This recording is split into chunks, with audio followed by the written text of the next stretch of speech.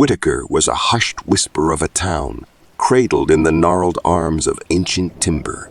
The dense forests that hemmed it in seemed to absorb sound and light, casting long shadows even at midday.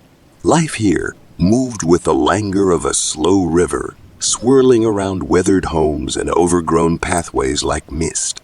From where I stood on the porch of my cabin, miles from the nearest soul, the isolation was as tangible as the chill that crept through the underbrush, seeping into bone. Jack Thompson, they'd call me, if they called me anything at all anymore. A middle-aged hermit, a specter amongst trees. My fingers traced the grain of the wooden railing, worn smooth by years of solitude. Each line in the wood was like those etched onto my face, a map of silent seasons. I turned my gaze to the forest's edge, a tangle of black against the waning light. My eyes, sharp and blue as fractured ice, scanned the tree line habitually. It was a ritual, this watchful scrutiny. The woods held secrets, whispers of old fears. The mirror inside revealed the truth of me, a lean figure, angular with a wiriness born of hard living. I ran a hand through hair, the color of dried leaves, light brown with threads of gray that hadn't been there when things were different. The solitude had sculpted me, stripping away excess until only sinew and resolve remained. I could feel the weight of the oncoming season, the dread it carried. The forest seemed to press in closer, a silent menace that whispered of what lay hidden within its depths. Those stories, they lingered in my mind like the last leaves clinging stubbornly to bare branches. Damn foolishness, I scoffed, trying to shake off the unease. My hands clenched and unclenched reflexively. It wasn't the cold that made me shiver. It was the memories, the losses. Every disappearance, every unanswered question left scars that the town wore like a shroud. We were bound together, Whitaker and I, in our shared tragedies. The locals talked of wolves, cougars, but their words felt hollow, like they were trying to convince themselves more than anyone else. As the sun dipped below the horizon, I retreated into the cabin, my sanctuary and my prison. The door creaked shut with a finality that echoed in the empty room. I lit the fireplace, the flames casting a warm glow that barely reached the corners. Shadows danced along the walls, mimicking the flickering uncertainty that played across my thoughts. Tomorrow, I resolved, staring into the heart of the fire. Tomorrow, I start fresh. It was a promise, a challenge, but deep down, I knew that tomorrow would bring the same silence, the same watchfulness, and the forest would remain patient and inscrutable, guarding its secrets with a steadfastness that mirrored my own. The years have a peculiar way of stripping the color from memories, leaving them in stark shades of black and white. Mine, however, cling to their hues with stubborn tenacity, as vivid now as they were some 30-odd years ago. I was a teenager then, just on the cusp of understanding that the world could be a far more treacherous place than the pages of any Gothic novel had ever dared to suggest. "Jack," my mother's soothing voice would often chime through the quietude of our home. "Dinner is ready." My mother, Karen, was the kind of woman whose presence felt like a warm blanket on a cold night. Her hair, chestnut brown with whispers of silver, always smelled faintly of lavender, the result of the soap she used religiously. In her green eyes, there swam a perpetual concern for me, her only child, especially after the whispers about the disappearances began to circulate amongst the townsfolk. "Coming, Mom," I'd call back, closing the heavy tome I'd been thumbing through. It was usually something macabre, information about creatures and legends no sane person would entertain as reality. But to me, they were more than mere stories. They were puzzles waiting to be solved. "Your boy's got his head in the clouds, Karen," Henry, my father, would say, though not unkindly. His large hands, forever stained with grease from his work at the auto shop, spoke volumes of the life he led. A practical man who believed in what he could touch and fix. Yet despite his grounded nature, he never discouraged my flights of fancy. Instead, he'd ruffle my light brown hair with a smirk that didn't quite reach his piercing blue eyes. Eyes I'd inherited along with his skepticism. "Let him dream, Henry. The world will try to take that from him soon enough," my mother would reply, setting down dishes filled with steaming food. They operated in a harmony so complete that sometimes it felt like they shared a private language, one crafted over years of gentle looks and soft-spoken words. I remember one evening in particular, a frigid night when the wind howled like a chorus of lost souls outside. We sat around the kitchen table, the heart of our small, cozy home, each of us lost in our own thoughts. My parents exchanged glances over the flickering candlelight, a silent conversation passing between them. "Jack," my father began, breaking the silence with a gravity that immediately captured my attention. "There are things in this world, son, things beyond our understanding. Your mother and we don't want you to get too caught up in these local tales." "Your safety is all that matters to us, darling," my mother added, reaching across the table to squeeze my hand. The warmth of her touch was meant to comfort, but it carried an undercurrent of fear. "Of course," I murmured, my gaze drifting to the window where frost etched ghostly patterns against the glass. What lay beyond in the darkness of the Whitaker Woods was a mystery that called to me, an enigma I felt compelled to unravel. "Promise us, Jack," my father insisted, his voice a low rumble of concern. "Promise," I echoed hollowly, though even then I knew it was a promise I couldn't keep. Not when the forest's whispers became too insistent to ignore. As I sit here now, in my self-imposed exile, surrounded by the very woods that consumed my youth, I can still hear the echoes of those dinners, taste the bittersweet tang of nostalgia. My parents, with their loving bond and earnest worries, had hoped to shield me from whatever darkness lurked within the boundaries of our quaint town. Little did we know, the seeds of obsession had already taken root within me, winding their way through my thoughts like the creeping ivy that clung to the walls of our home. The pallid sun seemed to struggle as it clawed its way through the skeletal branches of the Whitaker Woods, casting long, emaciated shadows that played across the snow like dark fingers. It was in these frigid afternoons when the silence became a character of its own, a haunting hush that settled over the town like an unwelcome shroud.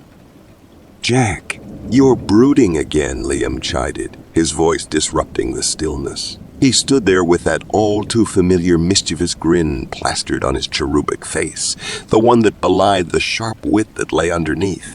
His black curls were matted from the woolen cap he had jammed onto his head against the cold, hands stuffed into the pockets of his jacket as if seeking refuge from icy whispers. "Brooding suits him," Emily chimed in, her almond-shaped eyes sparkling with a gentle teasing. She tucked a strand of her straight black hair behind her ear, her slight frame bundled up in a coat that seemed too large for her, making her appear even more delicate against the backdrop of the imposing forest. "Guys, cut it out," Seth's deep voice rumbled, his tall figure emerging from the tree line where he'd been setting up a small animal trap, displaying the ease in the wilderness he inherited from his hunter lineage. "We've got bigger things to worry about than Jack's mood swings." "Like what?" Emily asked, her brows knitting together in concern. "Like the fact that every winter, someone goes missing around here," I muttered, feeling the familiar twist of dread in my gut as I recalled the stories that haunted our town. Tales of people who wandered too far into the embrace of those gnarled trees and never returned. The memories were like shards of ice wedged into the heart of our community, chilling and sharp. "Come on, it's just bad luck," Liam scoffed, though his attempt at levity faltered, not quite reaching his eyes. "Right. Bad luck doesn't have a season," I said, my gaze transfixed by the malevolent beauty of the forest that surrounded us. Each year, when the days grow short and the nights stretch on endlessly, another soul vanishes without a trace. It's almost ritualistic. "Animals, accidents," Seth started, But his voice trailed off, knowing full well that the words were hollow, an excuse we told ourselves to fend off the darkness that lurked at the edge of our thoughts. Or something else, Emily whispered, her expression serious.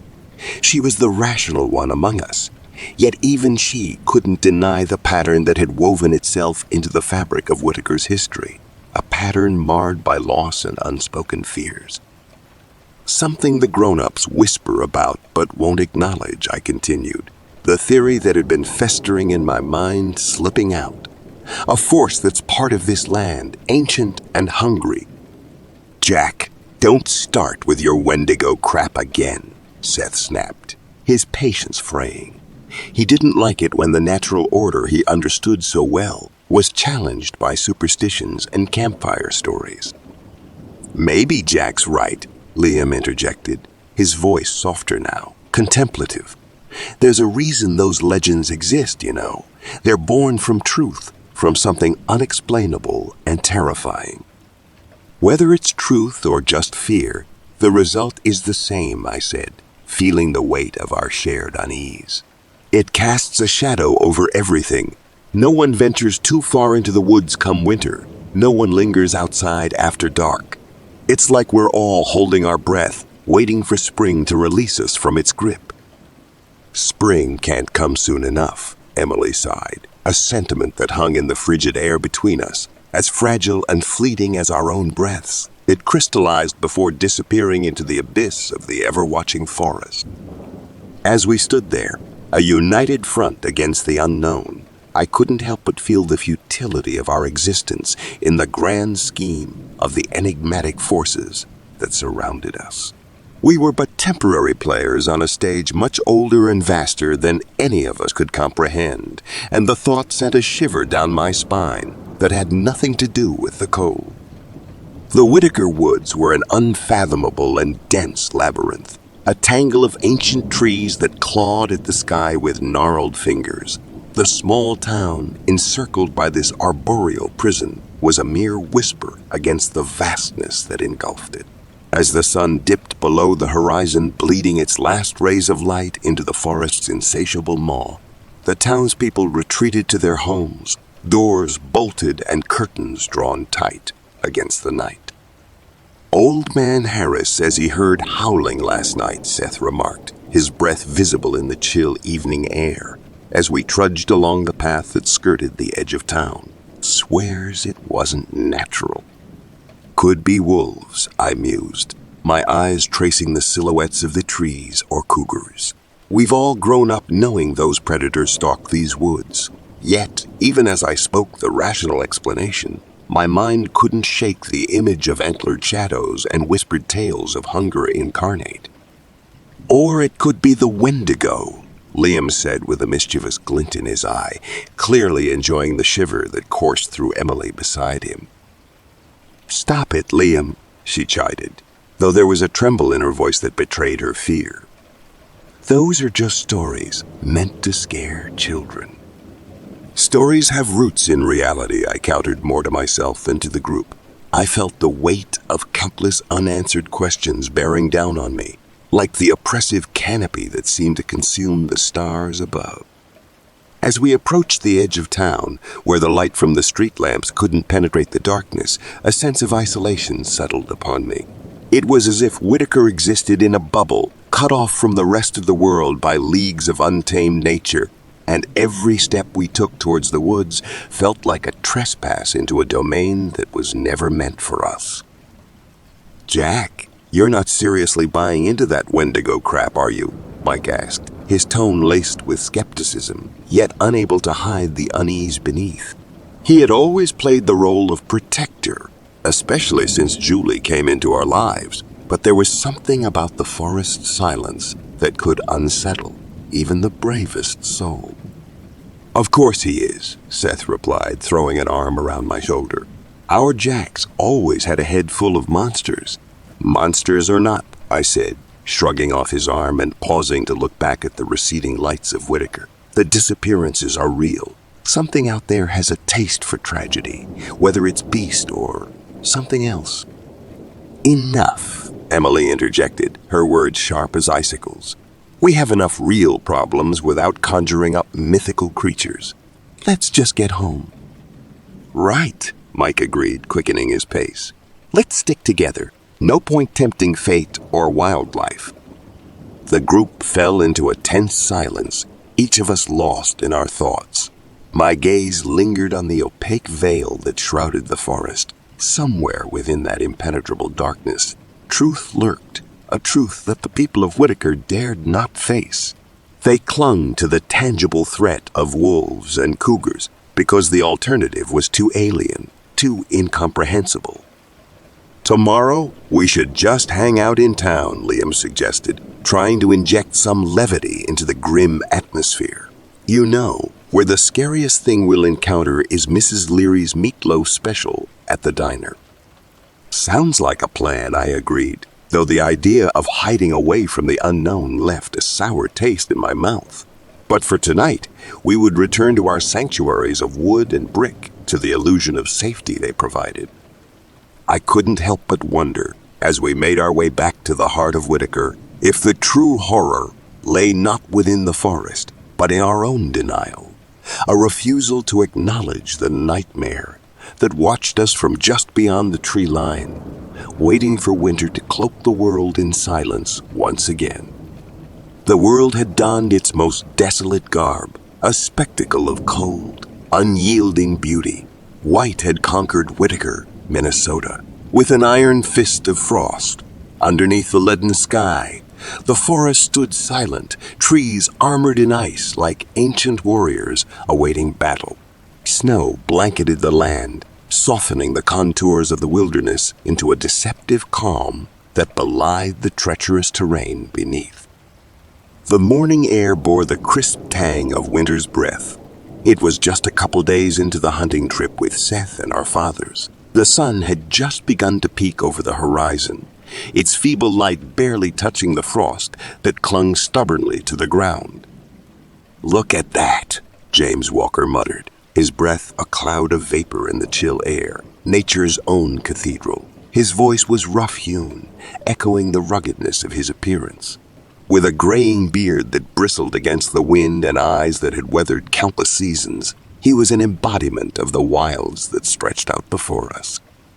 "Sure is something," I answered, my boots crunching on the snow as we trudged toward our favorite hunting spot. The silence of the woods was profound, as if every creature had fled from some unseen terror. The stillness clawed at my nerves, making my skin prickle beneath layers of thermal gear. I watched Seth, his short, dark hair peeking from under his cap, his rifle slung over his shoulder. The ease with which he moved through the drifts spoke of his comfort within these woods, a testament to what his father had taught him. We continued in near silence, the hush broken only by the occasional snap of a twig or the whisper of the wind through barren branches. As we made our way into the forest, the bare trees stood sentinel around us, their branches reaching skyward like the skeletal fingers of giants. The crunch of our footsteps was muffled by the thick blanket of snow, the only sound besides our steady breathing and the occasional caw of a raven. "Tracks here," Seth pointed out, bending to inspect the fresh deer prints etched into the snow. "Looks promising." "Could be," James murmured, his gaze sweeping the terrain with practiced ease. I nodded in agreement, but felt a prickling sensation at the back of my neck. The forest seemed too still, too quiet. "Something's off," I muttered under my breath. Was it the lack of animal chatter, or the way the cold seemed to seep into my bones more than usual? "Jack." Seth's voice pulled me from my thoughts. "Ah, nothing. Just thinking out loud," I lied, forcing a smile I didn't feel. Seth shrugged and moved ahead, following the trail with youthful confidence. The shadows grew longer as the day wore on, the sun struggling to assert itself against an oppressive gray sky. James and I exchanged glances, an unspoken understanding between us. The thrill of the hunt was now tinged with apprehension. We pressed on, navigating through the dense underbrush, but the silence of the woods was claustrophobic, pressing in on us with invisible weight. "Stay close," I found myself saying, my voice a whisper carried away by the wind. We were hunters, yes, but in that moment, I couldn't help but wonder, in the heart of Whitaker's wintry expanse, were we not also the hunted? The brittle crunch of frostbitten leaves underfoot was the only sound as we pursued our silent quarry, each step deliberate, a ritual in stealth and patience. I could see Seth's breath plume before him like a smoke signal up ahead. "See anything?" I yelled above the wind. "Nothing yet," Seth replied, his eyes never leaving the tangled thicket, "but it feels like we're close." "Keep your guard up," I called ahead. "Always am," he said with a grin, that easy assurance shining through.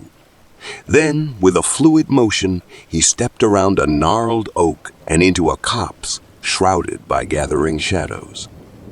"Careful," I warned again, but my words were caught in the sudden chill that enveloped me, a frigid embrace that seemed to claw at my insides. I followed, stepping where Seth had trod, but as I rounded the same tree, my heart clenched. An arrow of panic pierced through me, a small clearing encircled by silent sentinels of bark and ice. No sign of Seth, no footprints leading out, no broken branches. Nothing. It was as if the earth had opened and swallowed him whole. "Seth." My voice cracked the silence, fractured it into 1,000 echoes that returned to me devoid of answers. "Seth." I circled the clearing, once, twice, thrice, frantic. My mind raced, thoughts tumbling over one another in disarray. This isn't happening. Seth can't just be gone. Not here, not now. The world seemed to contract, the trees pressing closer, their bare limbs reaching for me like the fingers of the drowned. Panic surged, a tide coming in fast. Seth's absence was a void, a gaping maw that threatened to consume me too. "Seth!" I bellowed into the indifferent forest, the name becoming a mantra, a plea, a prayer. "Jack," James's voice, distant but closing in. "What's wrong?" "Seth," I gasped out, my lungs burning with the cold. "He's gone. Just vanished." Vanished. Disbelief colored his tone, but as James approached and saw the empty space where his son should have been, disbelief turned to horror. "No, no, no, no." We stood there, two statues carved from despair as the realization set in. Seth Walker, flesh and bone, laughter and warmth had disappeared into the unforgiving embrace of Whitaker's winter woods. And in that moment, amid the biting cold and the encroaching gloom, I felt a terror that went beyond the loss of a friend. It whispered to me of ancient fears, of legends spoken in hushed tones around crackling fires. The Wendigo, spirit of the hungering cold, the endless winter. Had it claimed Seth as its own? My soul recoiled at the thought, but somewhere, in the darkest recesses of my consciousness, the seed of an unbearable truth began to take root. The forest, once a sanctuary of natural beauty and solace, had transformed into a labyrinthine beast with its cold, gnarled fingers clawing at the sky. The stark white blanket that covered Whitaker's woods seemed to mock us with its purity, as if it could cleanse the taint of terror that now seeped into its roots. "Seth." James's voice tore through the silence like a saw ripping through flesh, raw and desperate. His rugged face, usually the epitome of self-reliance, was etched with an agony I had never seen before. "Over here," my dad called out, his tone steady but his eyes betraying a father's fear. "We'll split up. Jack, you take east with some of the others. I'll head west with James." "Right," I nodded, trying to steady my own trembling voice. Volunteers from town, faces familiar yet strangely distorted by the situation, mustered around us, their breaths forming misty clouds in the frigid air. We fanned out beneath the skeletal trees, each step a crunch against the snow's crust, our calls for Seth becoming a chorus of despair. "Stay sharp. Keep your eyes peeled," barked Officer Daniels, who had hastily organized the search party.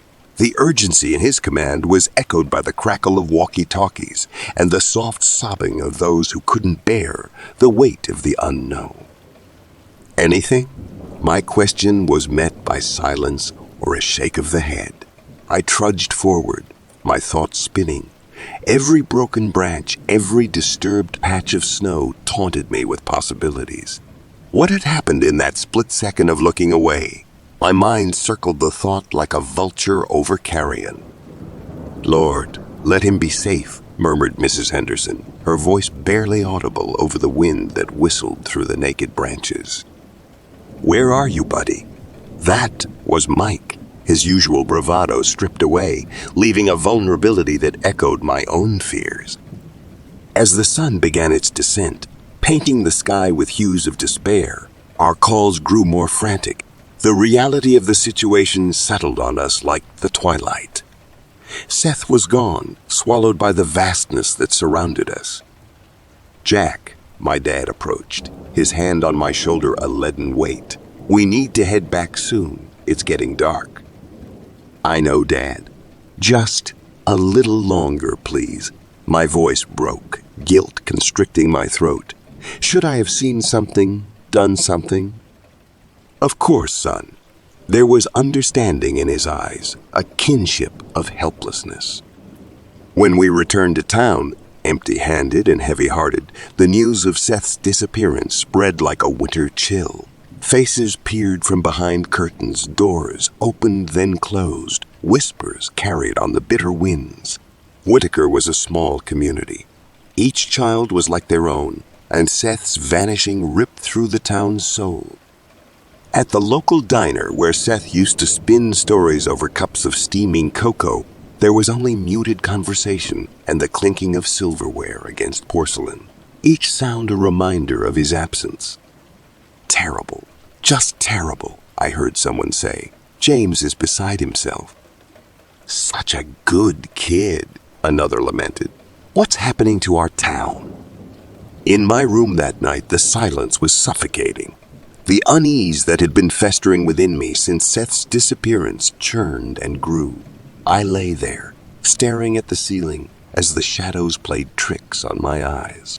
What if the Wendigo was more than just a legend? The thought was a splinter in my mind, impossible to remove. But I pushed it away, focusing instead on the image of Seth, alive, laughing, returning to us. "Please," I whispered into the void, "just bring him back." And outside, Whitaker mourned, a community united in grief, bound by a haunting question that echoed through the pines. Where was Seth Walker? The frost had settled on my window pane, casting fragile crystalline patterns that seemed to mock the warmth of my room. The relentless Minnesota winter gnawed at the edges of our little town, a biting reminder of nature's silent power. As I sat there, the glow from my desk lamp cast long shadows across the stacks of books and papers, each page fluttering slightly as if breathing in the chill that seeped through the walls. "Jack, are you still up?" My mother's voice filtered through the door, tinged with concern. "It's late, honey." "Research," I replied, my gaze not leaving the screen where I had pulled up articles on local folklore. For school, it was a half-truth. Schoolwork was the furthest thing from my mind. "Okay, just don't stay up too much longer." Her footsteps receded, and I could imagine her shaking her head, worried about the son who lately seemed more ghost than boy.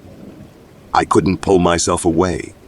The Wendigo, that insatiable spirit of the North Woods, had become my obsession since Seth vanished. Legends told of it lurking in these very forests, preying upon the lost and the weak. Each article, each whispered tale, each historical account I unearthed drew me deeper into the labyrinth of its mythos.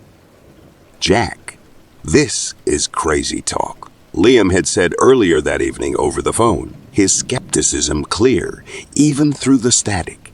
You're letting your imagination run wild because you miss him. We all do. Isn't it a bit coincidental, though? All these disappearances and the Wendigo legend predates them by centuries. My fingers traced the lines of a sketched representation of the creature. Antlers like twisted branches, eyes sunken and hungry. Coincidences happen, man. You're looking for patterns because you want there to be some explanation, something to blame. But sometimes terrible things just happen. Liam's tone softened. We should focus on supporting James and your dad, not chasing after fairy tales. Maybe, I conceded, though the conviction in my voice was absent. After we hung up, I dove back into the lore, my mind spinning webs between the monster of old and the recent tragedy that had befallen Whitaker. Days turned into nights, and conversations with friends and family grew terse, strained. My father tried to engage me in small talk over dinner, asking about school projects and weekend plans, but my responses were distant, monosyllabic. "Son," he finally said, setting down his fork with a clink that sliced through the uneasy silence. "You need to let the police handle this. You're not sleeping. You're not eating right. This isn't healthy." "Can't you see?" I burst out, frustration roiling within me. "There's something here, Dad. Something everyone's missing. And what if I can find it? What if I can help bring Seth back?" "Jack." He reached across the table, his hand hovering but not touching mine. The look in his eyes was one of deep pain, a reflection of my own. "I know you want to fix this, but some things are beyond our control. You're tearing yourself apart." Guilt gnawed at me then, sharp as the wind howling outside, a reminder of the vast, indifferent sky above us. What was I hoping to achieve, buried in ancient myths while the real world crumbled around me? "Please just try to get some rest tonight, okay?" His voice was barely above a whisper, carrying the weight of unspoken fears. "Sure, Dad," I said, knowing full well that sleep would elude me, just as answers did. As they left me alone with my thoughts, the pages of notes scattered about my room seemed to whisper, like leaves in the forest, each one beckoning me further into the dark embrace of the Wendigo's legend. My resolve hardened. If there were truth hidden within these stories, I would find it. For Seth, for his father, for Whitaker. And so, as the town slept under a blanket of sorrow and ice, I remained awake, the solitary sentinel standing watch against the encroaching obscurity, determined to drag whatever lurked in the shadows into the light. In the hushed glow of my desk lamp, the ancient lore of the Wendigo cast shadows across the cramped confines of my bedroom. The icy fingers of the Minnesota winter scratched at the window pane, as if seeking entry to witness the forbidden knowledge I was unearthing. I thumbed through pages dense with native script, their edges worn and fragile like autumn leaves destined to crumble. "Jack," Liam's voice crackled over the phone, strained from the effort of reaching out yet again. "You missed the game tonight, buddy. Everyone's worried about you." "Sorry, Liam," I muttered, my eyes not leaving the text before me. "I'm onto something here, something big." "Man, you need a break. This isn't healthy," he said, his concern barely concealing the frustration that underpinned his words. "Can't, not now." A leaden weight settled in my chest, knowing I was pushing him away. But there were truths buried in these legends that beckoned me deeper. "Fine, but call me if you." The line went dead before he could finish. I didn't have the heart to tell him I wouldn't. The isolation suited me, became my cocoon. It allowed me to concentrate, to become one with the folklore that consumed my every waking hour. Nights bled into days, a continuous loop of reading, scribbled notes, and restless pacing. Meals were forgotten, texts and calls ignored. Each knock at the door left unanswered, each plea from my parents to rejoin the world deflected with mumbled excuses. "Jack," We're just asking for dinner. One meal with us, my mother pleaded softly through the barrier of my bedroom door. Can't. It'll get cold. I'm busy, I replied, not daring to meet her gaze through the keyhole for fear of seeing her disappointment reflected back at me. Your father and I love you. We miss you, she whispered, her voice breaking the silence like a crack fracturing ice on a frozen lake. Love you too, I breathed out, void of warmth, a hollow echo in the chasm between us. Whitaker had lost its innocence, and with it I lost myself. But in that loss I found resolve. The Wendigo was more than a legend. It was a mystery to solve, a puzzle whose pieces I held in trembling hands. And I would put them together, even if it meant sacrificing everything else. Legends say it's a spirit of the lonely places, I murmured to myself, thumbing through the yellowed pages, a harbinger of insatiable hunger. But what if it's more than just a legend? My eyes were narrowed with a focus so sharp it felt like it could cut through the fog of uncertainty that had settled over this town since the disappearances began. The air was heavy with the scent of old paper and ink, a comforting aroma that usually brought clarity to my thoughts. Yet tonight it clung to me, oppressive and unyielding. I leaned forward, poring over a tattered journal entry from a fur trapper who swore he'd encountered a creature with eyes like burning coals, deep in the Minnesota woods. His account was vivid, his fear palpable, even across the chasm of time. I couldn't help but wonder if that same terror had seized those now missing from our small town.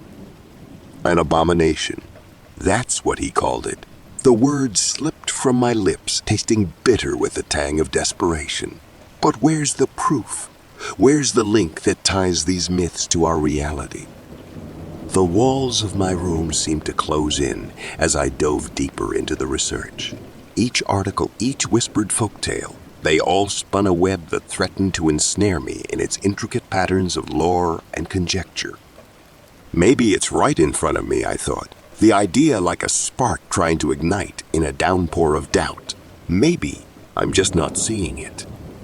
I could feel the weight of solitude pressing down on me, the loneliness of this quest for truth. It was a feeling akin to the Wendigo's own cursed hunger. Never satiated, always craving more. And yet, there was a burning determination within me that refused to be quelled. Fingers drummed a staccato rhythm on the wooden surface of my desk, a futile Morse code plea for clarity amidst the chaos of articles, scribbled notes, and ancient lore that had become my world. The cryptic dance of shadows cast by the flickering lamp seemed to mock my efforts, as though a very darkness whispered of the futility in seeking truths buried deep within legends. Damn it, I muttered under my breath, pushing back from the desk. The chair groaned in protest, the sound echoing my own frustration. I'd been poring over every scrap of information about the Wendigo, trying to find that one piece of irrefutable evidence that would link this spectral entity to the string of disappearances plaguing our town. Yet all I held were threads of myth, slippery and elusive. The complexity of the task was like the dense forest itself. Every time I thought I found a path through the thicket of stories and sightings, it would twist away, leading me deeper into confusion. The Wendigo was a master of the woods, a creature of hunger and horror, but was it truly responsible? Or was I chasing shadows, ensnared by an obsession that threatened to consume my sanity as surely as the creature consumed its prey? I needed air, space to think or not think, to simply be somewhere other than within these four walls that seemed to close in tighter with each passing hour. Going out, I hollered to no one in particular, knowing my folks had long since turned in for the night, content in their mundane reality, where monsters were myths and every shadow didn't conceal unseen terror. The night air was crisp, the sky a tapestry of stars, with the moon casting a silver glow over the town. I walked, my footsteps muffled by the carpet of fallen leaves, toward the clearing where Liam and I often met to escape the drudgery of small-town life. "Thought I'd find you here." Liam's voice broke the silence as I stepped into the clearing. His presence was like a beacon, the mischievous grin that usually played upon his lips, now replaced with a solemnity that mirrored my own concerns. "Can't seem to shake this feeling, Liam," I confessed as we settled onto the log that had borne witness to countless conversations. "It's like grasping at fog, trying to tie this damn creature to what's happening. Without solid proof, it's just folklore." "Maybe that's all it is, Jack," he replied, his tone a mix of reason and loyalty, a balance only he could strike. "But if there's more, we'll find it. We always do."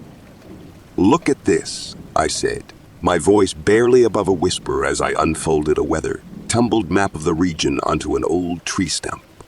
My finger traced the line of disappearances, each marked by a crimson dot. "There's a pattern, Liam, a predatory path winding through these woods." Liam leaned in, his brows furrowed as he studied the map under the pale light. "You think it's territorial?" he asked, the earnestness in his tone a balm to my frayed nerves. "More than that," I replied, tapping a particularly dense cluster of dots. "It's intelligent, calculated. This isn't some mindless beast. It's cunning, elusive, and it knows these forests better than we ever could." "Man," Liam exhaled slowly, his breath visible in the cool air. "The way you piece it all together, it's like watching one of those crime shows, but this is real life. It's chilling." I nodded, folding my arms against the chill that had nothing to do with the temperature. "It's been here for centuries," I continued, my words tumbling out with fervent conviction. "The natives spoke of it, a spirit that consumes not just flesh but the very soul. And now people are vanishing, Liam. Vanishing without a trace, and nobody has any answers. Except for a legend that everyone's too afraid to believe." Liam remained silent for a moment, his eyes reflecting the conflict within. When he spoke, his voice was resolute. "Jack, if there's even a chance you're right about this, then we've got to keep digging. We can't just sit back and wait for the next disappearance." "Exactly," I exclaimed, my hands gesturing wildly as I paced between the pines. "This isn't superstition or paranoia.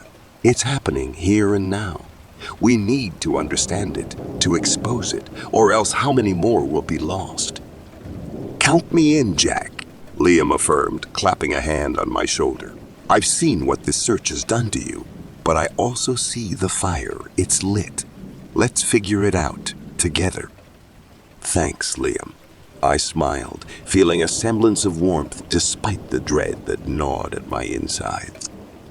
We walked back through the forest, our shadows long and distorted upon the earth, swallowed by the encroaching darkness that seemed to whisper of things hidden and truths untold. With each step, I felt the weight of our mission pressing down, as heavy and inescapable as the fate we were trying to fend off. The scent of jasmine tea wafted through the air, a stark contrast to the ominous conversation at hand. Emily's living room was an enclave of normalcy, from the neatly stacked textbooks on the coffee table to the gentle hum of the ceiling fan above. But tonight, the quaint ambience was marred by the gravity of our meeting. "Emily, you know I wouldn't bring this up if it weren't serious," I began, my voice low as I sat across from her, our knees almost touching. "It's about the disappearances. The pattern is too consistent, too intentional." Liam leaned forward from his seat on the couch, his earnest eyes locked on hers. "Jack's been digging into this for weeks now. The evidence he's found is compelling." Emily frowned, her delicate fingers tracing the rim of her teacup. "Jack, I've known you since we were kids, and I've never seen you like this." Her gaze pierced me, sharp with concern. "You're obsessed, and it's worrying. How can you be so sure it's this creature?" "Because nothing else makes sense, Emily." My hands clenched involuntarily, knuckles whitening.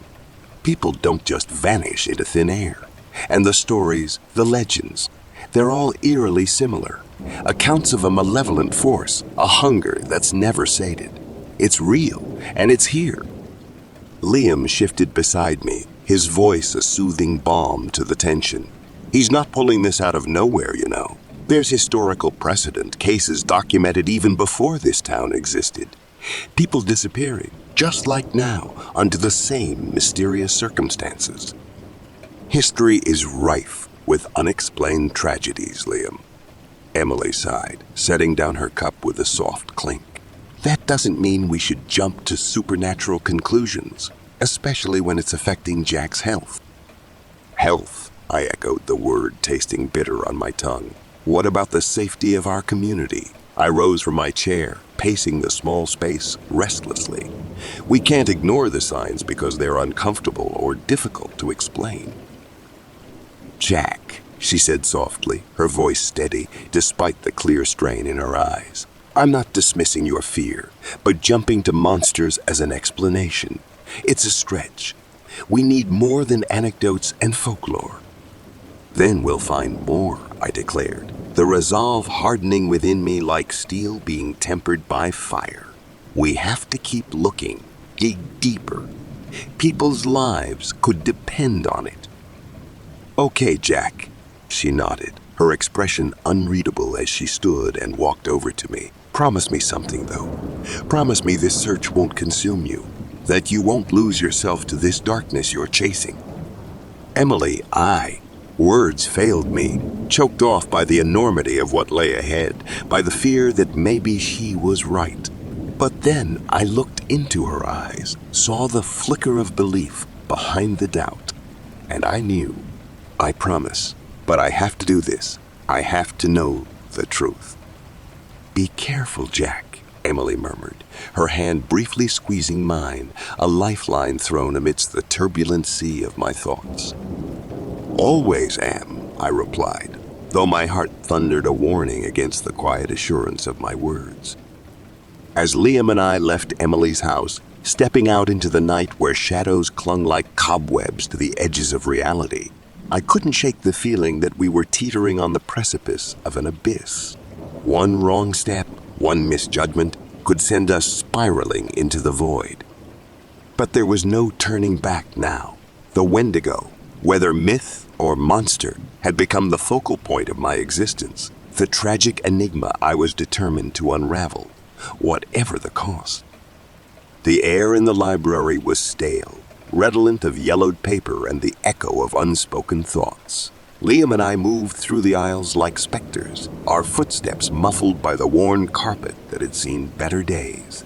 The mustiness clung to my senses, a persistent reminder of decay, as if the knowledge contained within these walls was as much a living, breathing entity as it was a trapped soul. Jack, over here. Liam's voice drew me towards a secluded corner where dust motes danced in the sliver of sunlight, piercing the gloom from a high window. I found the section on local myths. Good, I murmured, barely above a whisper, feeling the weight of ancient stories pressing down upon us. My fingers traced the spines of the books, each one a sentinel guarding its own slice of terror. With reverent care, I withdrew a volume bound in leather that looked old enough to have been crafted by the hands of time itself. Listen to this, I began, flipping through the pages until I found the passage that chilled my blood each time I read it. They say the Wendigo was born from the bitterest winter, a culmination of starvation and the human will to survive. My voice was steady, but inside my heart raced with a mix of fascination and fear. Man, that's dark, Liam commented, leaning in closer as if the words might jump off the page and take form before us. Dark, yes, but illuminating too, I countered, allowing the information to seep into my consciousness. Each account, every whispered legend, felt like peeling back a layer of reality to reveal the macabre truth beneath. Think about it, Liam, I continued, my gaze lost in the labyrinth of text. Every culture has its demons, its monsters. They're cautionary tales, warnings. But what if they're more than just stories? What if they're memories of horrors too real to be faced in the light of day? Then we're dealing with something ancient, man, something primal. Liam's hand rested on my shoulder, grounding me. His belief in me, in this quest of ours, was unwavering. I nodded, turning the page to find an account from a settler's diary dating back 2 centuries. Here, it speaks of a creature gaunt to the point of emaciation, its desiccated skin pulled tautly over its bones. I swallowed hard, picturing the grotesque figure. Its eyes, sunk deep into their sockets, were a madness of hunger. Sounds like nothing more than a bad year and even worse luck, Liam offered, though his attempt at humor fell flat in the heavy silence. Perhaps, I conceded, but there's a pattern. Liam, disappearances, unexplained tragedies, entire families gone without a trace, all attributed to harsh winters, yet the whispers persist. Could just be people looking for something to blame. Liam was playing devil's advocate, as he often did, but I could hear the undercurrent of concern in his tone. Maybe, I admitted, feeling the tendrils of doubt trying to take root in my mind. But doubt is a luxury we can't afford. Not now. We need to understand, to be certain. My resolve hardened, like the frost that clung to the library windows, refusing to melt despite the weak sunlight. Our search would continue, our resolve unyielding. The Wendigo was more than a myth. It was a piece of a puzzle that people had tried to bury, but I was determined to bring it into the light, no matter how deep into darkness I had to reach. In my quest for understanding, I found myself drawn to the outskirts of town, where rumor placed the reclusive Meister Hawthorne. He was rumored to be a relic from another era, shrouded in an air of mystery as thick as the forest that encased it. But if any of the gossip was accurate, he might be able to tell me what I wanted to know. With each step, the breath of the woods grew colder, the shadows denser, as if the trees themselves were leaning in to share their ancient secrets. My boots crunched the fallen leaves, a cacophony in the silence that pressed against my ears. I could almost hear the forest whispering back, its voice a sibilant hiss that seemed to both beckon and warn. As the cabin came into view, shrouded by mist and mystery, the air grew heavy with the scent of earth and decay. It stood there, like a specter, the wood groaning under the weight of years and secrets untold. The front door, slightly ajar, creaked on its hinges, a slow, mournful sound that seemed to moan with the wind. Each gust sent a shiver down my spine, as though the very breath of the Wendigo was sweeping through the trees. I paused, my hand hovering over the wrought iron handle, so cold it burned to the touch. The dread that clenched my heart was a tangible thing, pulsing through my veins with icy certainty. In this moment, caught between the known and the unknowable, I realized that some thresholds are not meant to be crossed lightly. Yet here I stood, on the brink of irrevocable change, driven by a need for truth that eclipsed all fear. "Mr. Hawthorne," I called out, my voice barely above a whisper, betraying the tremor of trepidation that I fought to suppress. The name felt like a talisman in the growing gloom, a beacon amidst the encroaching shadows that watched with unseen eyes. My hand quivered as I rapped sharply on the weathered wood of Mr. Hawthorne's door, the sound echoing into the somber forest like a death knell. Each knock was a metronome tick, counting down my life, or perhaps sanity itself. My breath hung in the air, a misty specter in the chill that seemed to emanate from within the cabin. "Who's there?" The voice that greeted me was not one that invited warmth or comfort. It held the gravelly timbre of a man who had inhaled the dust of ancient tomes and exhaled the secrets of the dark. "Jack Thompson," I replied, my voice steadier than I felt. "I've heard you might be able to tell me about the Wendigo." A heavy silence followed, as if my words were being weighed on unseen scales. Then, the door creaked open, a sliver of dim light slicing through the darkness of the evening. The figure that emerged was as enigmatic as the legends that surrounded him. Mr. Hawthorne stood framed in the doorway, his silhouette nearly blending with the gnarled shadows behind him. His hair was a wild mane, streaks of gray cutting through like lightning in a tempest. Tossed sky, his eyes, piercing and alert, flickered with the kind of intensity that spoke of long nights spent chasing ghosts across the pages of forgotten lore. They fixed on me with an unsettling scrutiny, seen through to the marrow of my bones. "Come in then," he said, stepping aside. The movement was like the rustling of leaves, a part of the natural world yet apart from it. I stepped over the threshold, feeling as though I was crossing into the realm of myth itself. Inside, the air was thick with the scent of earth, and something more pungent, an acrid tang that made my nostrils flare. "Sit," he commanded, gesturing toward a chair that seemed as ancient as the trees themselves. He moved to the opposite side of the room, where shelves upon shelves of books loomed like silent sentinels. His every motion was deliberate, imbued with a kind of ritual significance. "Tell me," I began, but he raised a hand, cutting me off. Mr. Hawthorne settled back into his chair, the ancient wood groaning beneath him like the voice of the forest at twilight. He studied me with those piercing eyes that seemed to strip away my bravado. "Once, Mr. Hawthorne continued, leaning forward so that his face was awash in the flickering candlelight. "A man came to me much like you, filled with fire and brimstone. He'd seen the aftermath of its feast, the ruins of a family, a homestead steeped in blood. It marked him, Jack. It hollowed him out, till there was nothing left but the echo of his scream. I felt a shiver crawl up my spine, as though the ghost of that scream had found a new home within me. And what happened to him? My voice sounded small in the expanse of the room. "Lost to the woods," Mr. Hawthorne replied, his gaze distant. "Drowned in the chase. Or maybe it was despair. The forest doesn't care for the why. It swallows all the same." The thought of being consumed by something so intangible, so inexorable, sent a tremor through my core. Could I, too, be pulled under by this relentless pursuit? The doubt gnawed at me, sharpening its teeth on my resolve.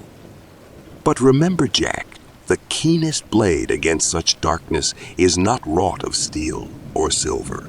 He paused, and in that silence, I felt the gravity of unspoken truths pressing in. "Then what is it?" I asked, the hunger for that knowledge burning within me. "Ah," Mr. Hawthorne breathed, a sly glint in his eye. "That is the question, isn't it? The answer lies where few dare to tread." His cryptic words wrapped around me, a puzzle I yearned yet feared to solve.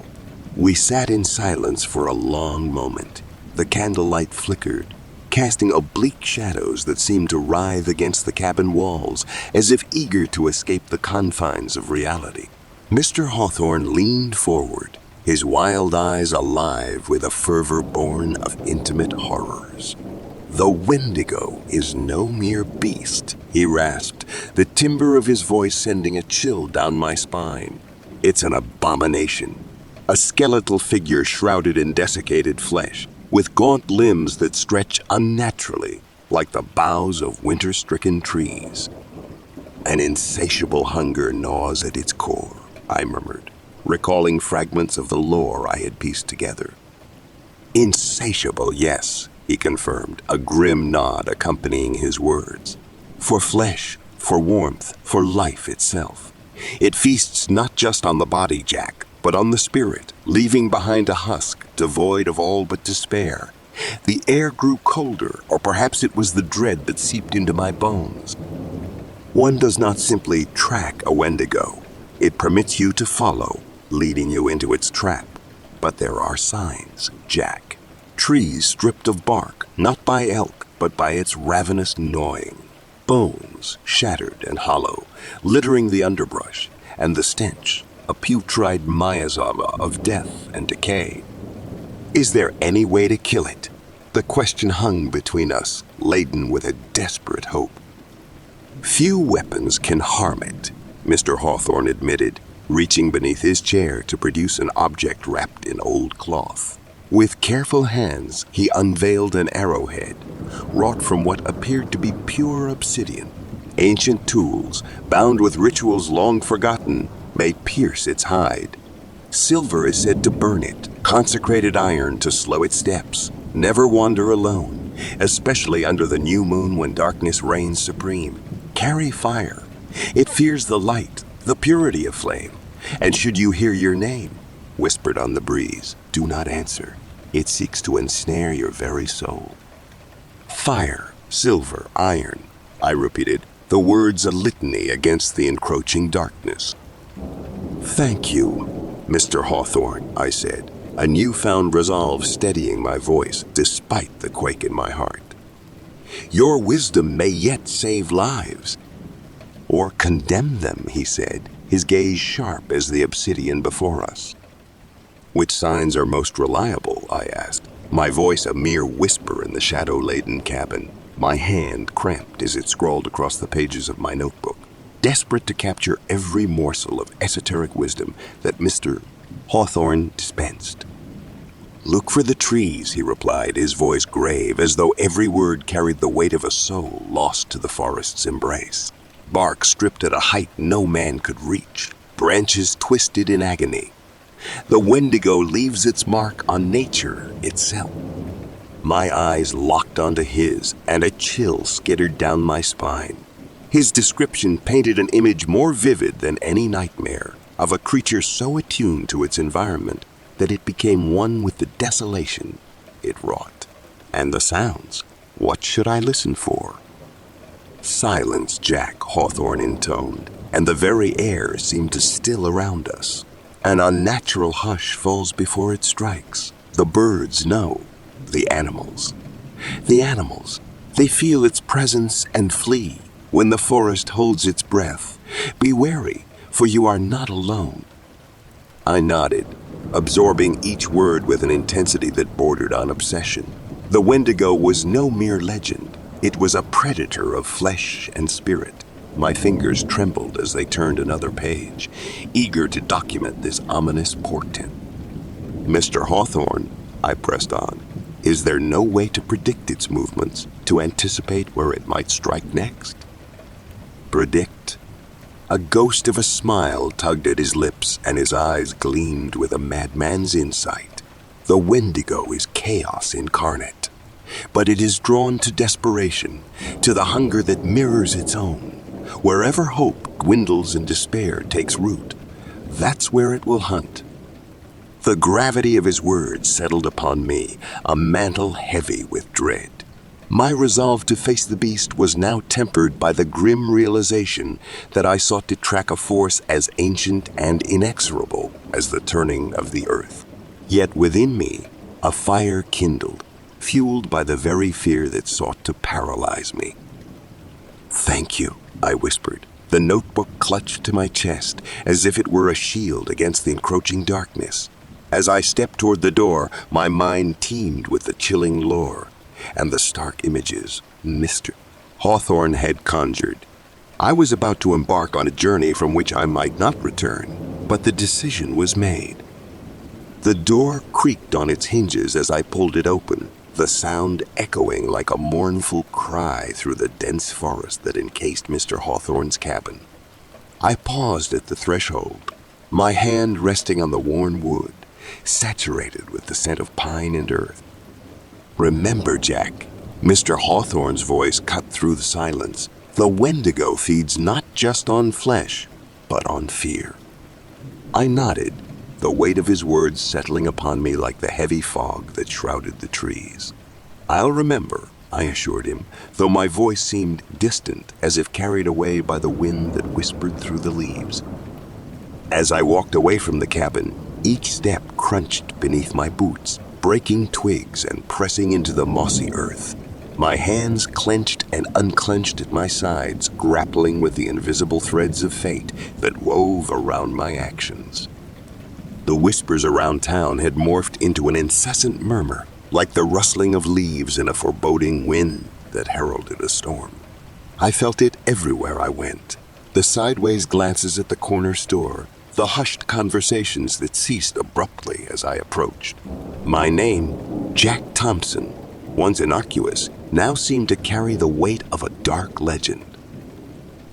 "Jack, I hear you're hanging out with Mr. Hawthorne lately," Liam said, his face a mixture of concern and exasperation as we lounged in my cramped backyard. The overhanging branches cast fragmented shadows across his features. "People are starting to talk." "Cut it out, man," chimed in Rachel, her voice carrying a tremble that did not escape my ears. Visiting old man Hawthorne was crossing a line. He's off his rocker, and now folks think you are too." "Mr. Hawthorne knows things," I defended myself, feeling the sting of their discomfort. "He's lived through what most people refuse to even speak about. His stories aren't just ramblings," I insisted stubbornly, feeling the familiar frustration bubble within me. Their fear, it was palpable, an entity unto itself. "Can't you see it's driving a wedge between you and everyone?" Liam's voice had softened, but the words cut through me, sharper than any blade. "Is that why you've been so distant lately?" I asked, grappling with the thought of losing their companionship. The idea lodged itself in my throat like a thorn. "Because of me." "Look, we're worried about you," Liam admitted, his eyes avoiding mine. "How far will you go before you move past it?" "Until I find the truth," I said, the words hollow, tasting of iron and resolve. I could feel the chasm widening between us, their presence fading like wraiths into the encroaching shadows. "Sometimes there's no truth to find, Jack. Sometimes there's just loss and the ghosts of what used to be," Liam uttered, his voice a somber echo of the lamenting pines. Their figures retreated, leaving me alone amidst the whispering trees. The night seemed to press in closer, as if embracing my isolation. The phone lay dead in my hand, its silence a stark testament to the growing chasm between me and my friends. Liam's mother had been on the other end moments ago, her voice firm, dripping with unspoken accusations as she explained that Liam was no longer allowed to spend time with me. The line had gone dead before I could protest, before I could plead that their fear of my obsession was misplaced. "Jack." My mother stood in the doorway, her brows knitted with concern. "Was that Liam's mom?" I nodded, the weight of my isolation settling on my shoulders like a shroud. "She doesn't want me around him anymore. Thinks I'm a bad influence." "Jack, honey." She took a step forward, her hands reaching out as if to pull me from the mire of my own making. "Your father and I were just worried about you. You've always been so passionate, but this..."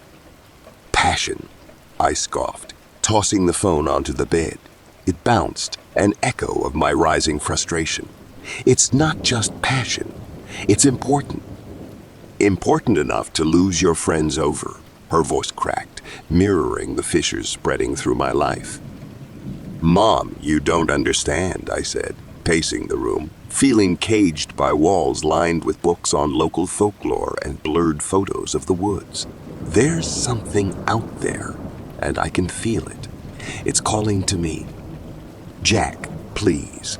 She reached for my arm, halting my restless meandering. "Look at what it's doing to you. To us." "Is everyone so blind?" I exploded, jerking away from her touch. My heart hammered against my chest, pleading for understanding that never came. "Can't they see that I'm trying to protect them?" "Protect us from what, Jack?"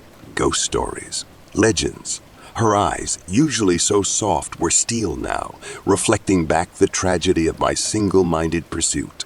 "Or from losing you to this fantasy." Fantasy. The word hung between us, a death knell to the remnants of our normalcy. "Jack!" My father's voice boomed from downstairs, weary and laden with unspoken fears. "We need to talk about this. Now." As I trudged down the steps, each footfall felt like a descent into a deeper abyss. one where the whispers of the Wendigo wound themselves around the very foundation of my existence. In the living room, my parents sat waiting, expressions etched with lines of sorrow and apprehension. "Son," my father began, his hands clasped tightly together, "your mother and I can't help but notice how much you've changed. You're distancing yourself from everyone who cares about you." Because no one else cares about the truth, my outcry sliced through the tense air. "Maybe the truth isn't worth the price you're paying, Jack," he sighed, the sound heavy like the fall of dusk. "Think about your future, your friendships." "Friends?" I laughed bitterly, the sound hollow and foreign to my own ears. They're already slipping away, one by one. "Then, let us help you, before it's too late," my mother whispered, her hand trembling as she reached for mine. "Before this obsession becomes the only thing left in your life." Too late? For what? I pulled away, a surge of defiant energy propelling me to the window. Outside, the forest loomed, shadows stretching towards the house as if in invitation. Too late to turn back, now. "Jack," my father's voice broke with emotion, "you're throwing everything away for a myth." "Perhaps," I murmured, pressing my forehead against the cool glass, watching as the first tendrils of mist curled around the trees. But what if it's more than a myth? What if it's the most real thing in this godforsaken place? "Jack," my mother pleaded one last time, her words a tether fraying with every second, "come back to us." "Back," I echoed softly, the word tasting of capitulation and defeat. The forest whispered back, a siren song of secrets yet to be uncovered, promising the tragic beauty of a truth found in solitude. "Back," I repeated, but even to my ears it sounded like a farewell. The frost-laden windows of the general store offered a view into the heart of our small town, a place where once I had been a fixture. Now, beyond the glass, I was an apparition in their midst, my name synonymous with a chilling folklore that gnawed at the edges of our community's collective memory. Inside, however, my reputation preceded me. "Aren't you that kid?" scoffed Mrs. Danvers from aisle 3, her arms clutching a basket of groceries like a shield. "My sister is struggling because of you. It's bad enough her boy went missing in those woods, and now you dare claim some. Some creature is to blame. For what? The attention." "Barbara, I began. "Enough," she cut me off with a venomous hiss. "You're disgusting." Her words stung, an accusation not just of madness, but of irreverence. I could feel the weight of their losses, a burden I never intended to exacerbate. Yet the truth, or the pursuit of it, was a force I could not repel. I paid for my supplies, a notebook, pens, and a few energy bars, my currency seeming to burn with the disapproval of those around me. The bell jangled once more, a discordant farewell as I shouldered the door open and stepped back into the chill that awaited me outside. With each crunch of frozen earth beneath my boots, I reaffirmed my resolve. Their grief was real, palpable as the cold that seeped through my layers, but I would not yield to the futility they prescribed. The Wendigo, emblem of hunger and desolation, might well be a myth, but its grip on our tragedies was as tangible as the knotting fear that twisted in every villager's heart, including my own. The day the Andersons rolled into our little town was overcast, the sky a bruised shade of gray that threatened rain. Their station wagon creaked and groaned as it lumbered down Main Street, laden with the accumulations of their former life. I watched from behind the fogged window of the general store, my vantage point at the confluence of commerce and curiosity. "New folks," the clerk muttered, peering over his spectacles. "Looks like it," I replied, pressing my forehead against the glass, leaving an ephemeral mark. The vehicle halted before the dilapidated Victorian on Maple Lane, the for sale sign in the yard swaying like a harbinger as the first drops of rain began to fall. They disembarked, a man and woman, Weariness etched into their faces, followed by two teenagers, one gangly and hesitant, the other a girl with a cascade of blonde hair that caught even the feeble daylight and seemed to ignite it. Julie, I would come to learn her name. Jack, you planning on greeting them or just spying? Liam nudged me, an irrepressible grin on his face. Neither, I said, but I felt the pull, an inexplicable tug towards the unknown that often led me into more trouble than I cared to admit. Good luck with that, he scoffed, heading for the door. I'll see you at Emily's later. Maybe, I murmured, though we both knew I'd be there. Liam had that gravitational effect on people. The rain picked up, turning the world outside into a blur of watercolors as the Andersons scurried to unload boxes. Neighbors emerged like specters, offering help and homemade dishes, the veneer of hospitality papering over their ravenous curiosity. It was a dance as old as time, this welcoming masquerade. I made my way out eventually, compelled by the same force that drew moths to flame. The drizzle dampened my hair as I approached, trying to seem nonchalant. Hey there, I ventured, my voice betraying a hint of the trepidation I felt. Need a hand? Would you? That's mighty kind of you, the man said, relief palpable in his weary smile. He extended a hand. I'm Paul Anderson. Jack Thompson, I replied, shaking his hand. His grip was firm, earnest, a man trying to hold on to something already slipping away.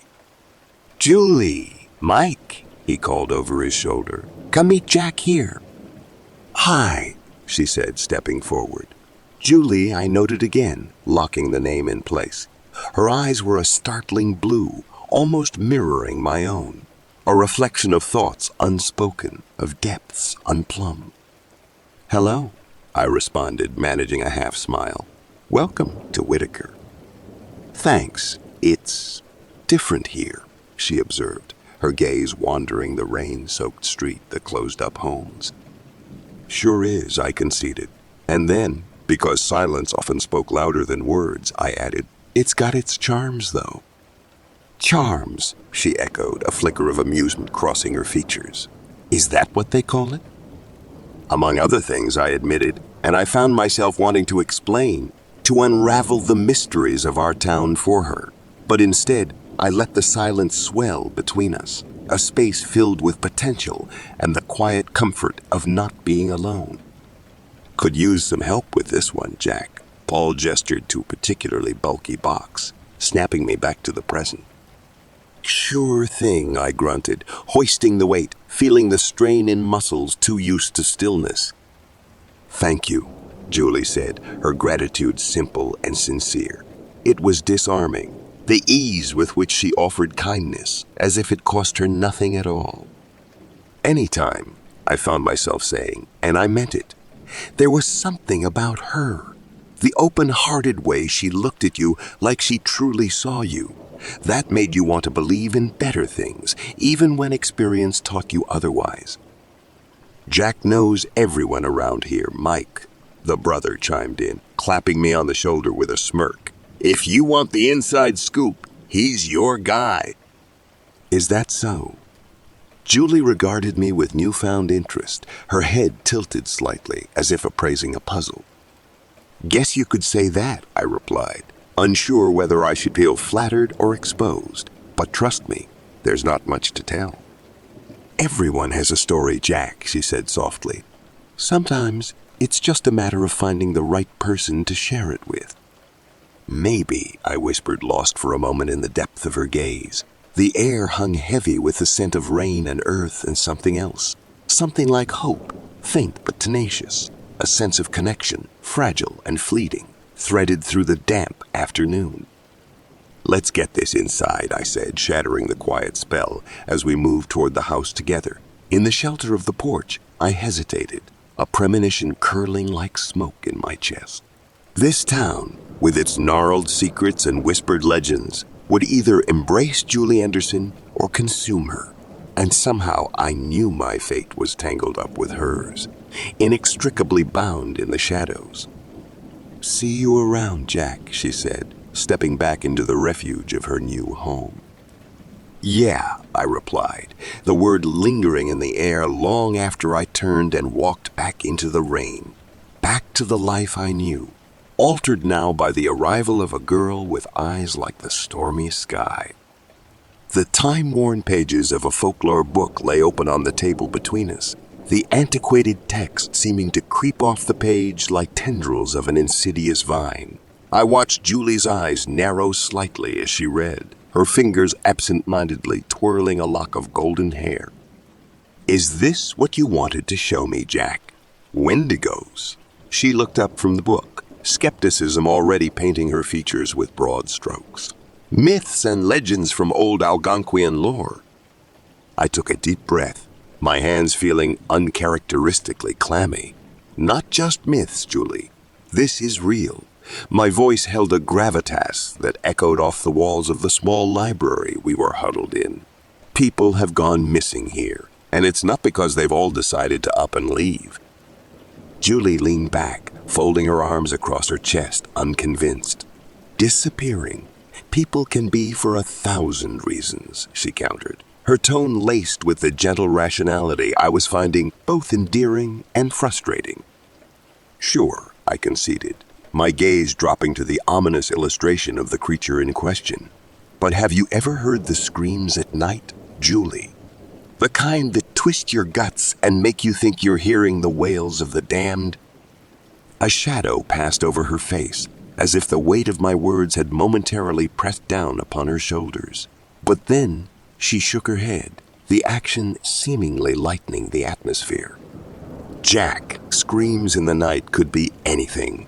An animal, the wind, someone's bad dream spilling into reality. Or a Wendigo, I said softly, pushing the book closer towards her. My finger traced the edge of the image, a grotesque figure, part man, part beast, all hunger. It said that it calls out in the voices of loved ones, luring the unwary into the dark. Then they're never seen again.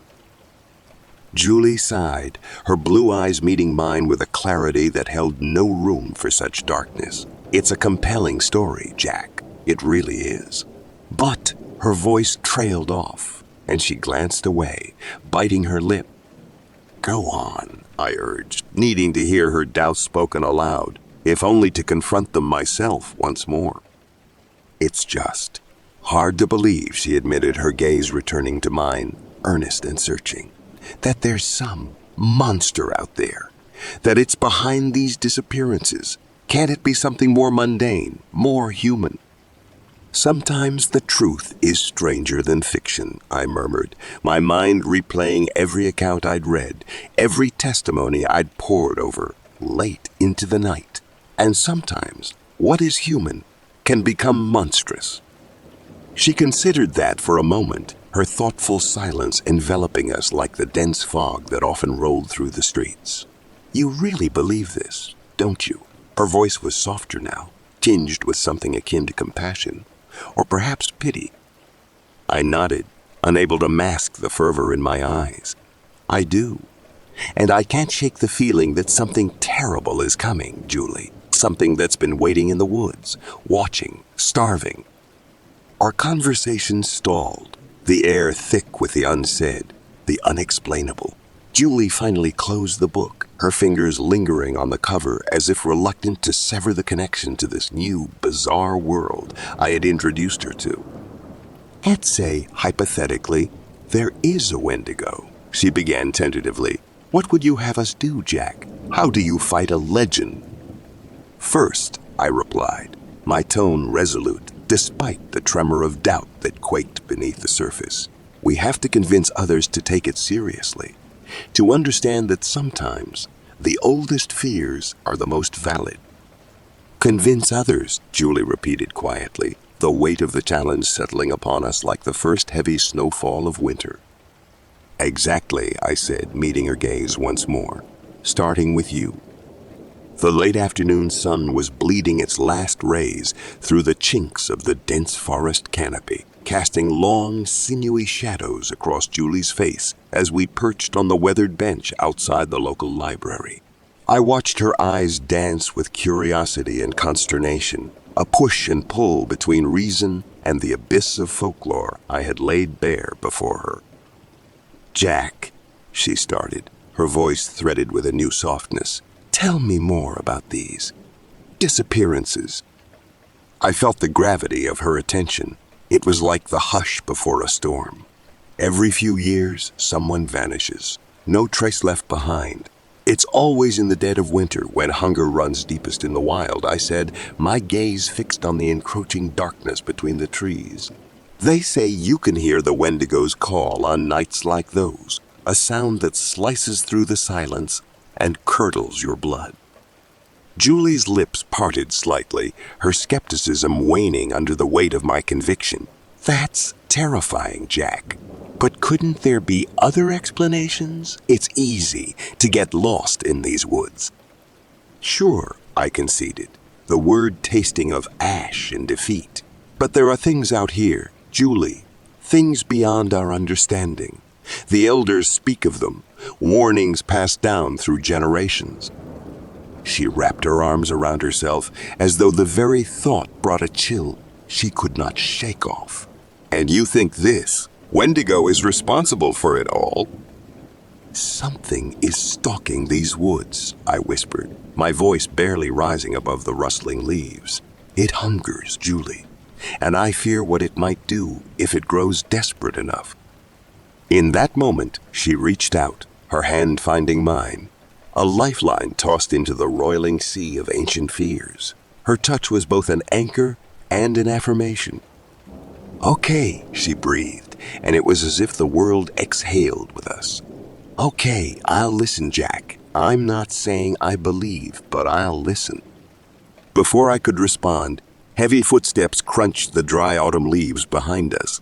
We turned to see Mike, Julie's brother, his presence like a sudden cloud over the sun, his green eyes fixed on me with a mix of suspicion and bemusement. "Hey, sis," he said gruffly, nodding toward me. "You're not filling her head with those ghost stories again, are you, Jack?" "Legends, Mike," I corrected, feeling the familiar surge of defensiveness. "And they're more than just stories." Mike snorted, a smirk playing on his lips as he settled beside us. "Yeah, right.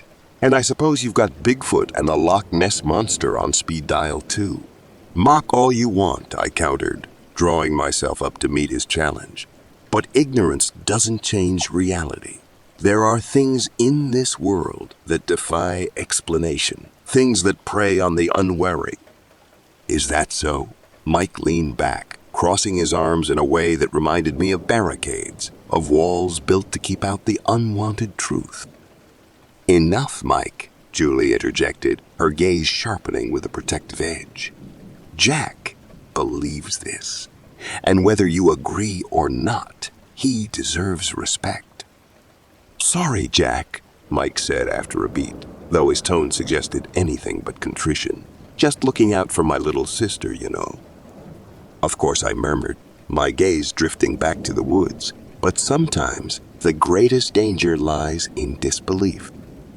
The conversation lulled into a contemplative silence, each of us lost in our thoughts as the twilight deepened, swallowing the last remnants of day. A cold breeze stirred the leaves, whispering secrets only the forest knew. And somewhere, in the shadowed recesses of our town, the unseen watched and waited, its appetite growing with the coming night. The moon had risen, a pale specter in the cloud-choked sky, by the time our group converged around the bonfire we had meticulously constructed. The flames danced like frenzied spirits, casting a flickering glow over the faces of my friends. Liam's features twisted in a laugh, Emily's eyes reflecting the fire's light. "Mike," Liam called out, beckoning Julie's brother with a wave that was more taunt than invitation. "Come on, man, pull up a log. We're just swapping stories." Stories, huh? Mike's skepticism was as palpable as the smoke that hugged the autumn air. He dropped onto the offered seat with the grace of a felled tree. "Hope they're better than the fairy tale Jack's been spinning." "Hey, it's not a fairy tale," I insisted, the words leaving me sharper than I intended. A part of me knew I should be grateful for new blood, especially when the disappearances had left such gaping holes in our midst. But Mike's disbelief was a splinter under my skin, irritating and impossible to ignore. "Come on, Mike," Julie chided gently, her hand finding its way to rest on her brother's shoulder, a silent plea for peace. "Jack's just passionate about local legends. It's kind of fascinating, really." "Local legends are one thing," Mike grumbled. "Believing in flesh-eating monsters is another." His gaze met mine, challenging, unyielding. "You seriously expect us to buy into this Wendigo crap?" "Far from crap," I shot back, feeling the burn of their stares. The weight of judgment. There's history here, evidence that... "Anecdotes and hearsay," Mike cut in, "not evidence. You need to ground yourself in reality, Jack. Ghost stories are for kids." "Reality has many layers," Emily interjected, her voice calm and measured. "It's not all black and white. Sometimes you have to look beyond what you think you know." "Philosophy from Emily now. Great," Mike scoffed, rolling his eyes. "Next, you'll tell me to open my third eye." "Maybe your disbelief protects you," I murmured, almost to myself. "Maybe some truths are too terrible to face until they're staring you down, baring their teeth." "Or maybe some people can't accept the randomness of tragedy," Mike shot back. "They have to invent monsters to make sense of it." A heavy silence fell over us then, thick as the darkness that pressed close, whispering of unseen things. I could feel the skepticism emanating from Mike, a barrier as solid as the forest that ringed our gathering. And yet, Julie's presence, her quiet acceptance of my convictions, was a balm to that doubt. "Let's agree to disagree for now," Julie suggested, her voice a soft melody in the night's discordance. "We're all here to get to know each other, right?" "Right," Liam nodded, throwing a log onto the fire and sending a cascade of sparks skyward. "So, Mike, Julie, what brings you guys to our neck of the woods?" "Parents' job transfer," Mike replied, accepting the olive branch, if only for his sister's sake. "But honestly, I'm starting to like the idea of living somewhere where you can actually see the stars." "Stars and other things," Liam teased, his eyes twinkling mischievously. "Other things indeed," I echoed, my gaze instinctively drawn to the tree line where shadows pooled like ink. Thoughts of the Wendigo circled my mind, a carousel of grim possibilities. As the fire crackled and conversation resumed, I couldn't shake the feeling that some truths, once unearthed, could never be buried again, no matter how fervently we wished otherwise. The night air bit with the sharpness of a newly honed blade, the kind that leaves a chill even as it slices cleanly through flesh. Our circle of warmth seemed to shrink despite the fire's persistent glow, under the weight of the vast Minnesotan sky, a tapestry of stars and secrets. "Hey, Mike," Emily ventured, her voice a careful measure. "You ever go hunting?" "Back in Nevada. Not much for game out there," Mike answered, his silhouette rigid against the backdrop of dancing flames. "Why do you ask?" "Thought maybe we could all go sometime. A group thing, you know," she shrugged, but her eyes held an unspoken invitation. "Emily's dad has got a cabin up north," Liam chimed in, casting an encouraging glance at Mike. "Might be good for bonding or whatever." "Or whatever," I muttered under my breath, my thoughts snagging on the irony. The idea of hunting when something might be hunting us was a flavor of irony, not lost on me. But it wasn't the time to speak of such fears. Instead, I watched Julie's face for any signs of discomfort, but found none. Only a gentle curiosity. Her ability to adapt was admirable, enviable even. "Sounds like fun," Julie said, her enthusiasm genuine as she clasped her hands around her knees. "I haven't really experienced much of the wilderness. Don't scare us off just yet." "Too late for that," Mike grumbled, though he offered a half grin to show no real offense taken. but I'll hold off judgment on your local myths until I see some proof." "Proof," I echoed, my voice barely above the crackle of the fire. "Some things in this world defy the need for proof, Mike. They exist in whispers, in the chill that creeps up your spine, in the primal fear that wakes you in the dead of night." "Jack's got a way with words, doesn't he?" Julie remarked, tipping her head in my direction with a knowing smile. It was neither mockery nor disbelief that colored her tone, but rather a recognition of the thread that wove through my every spoken word. "Always has," Liam confirmed, nodding sagely. "Ever since we were kids, Jack could make believe seem like reality." "Maybe because sometimes it is," I countered, my gaze locking onto the inky black beyond our sanctuary of light. There, in the dense thicket of pines, truths lurked that would unravel the fabric of our comfortable ignorance. Isn't every hunt a search for something elusive? I posed the question to the group, allowing the silence to swell and fill the gaps between us.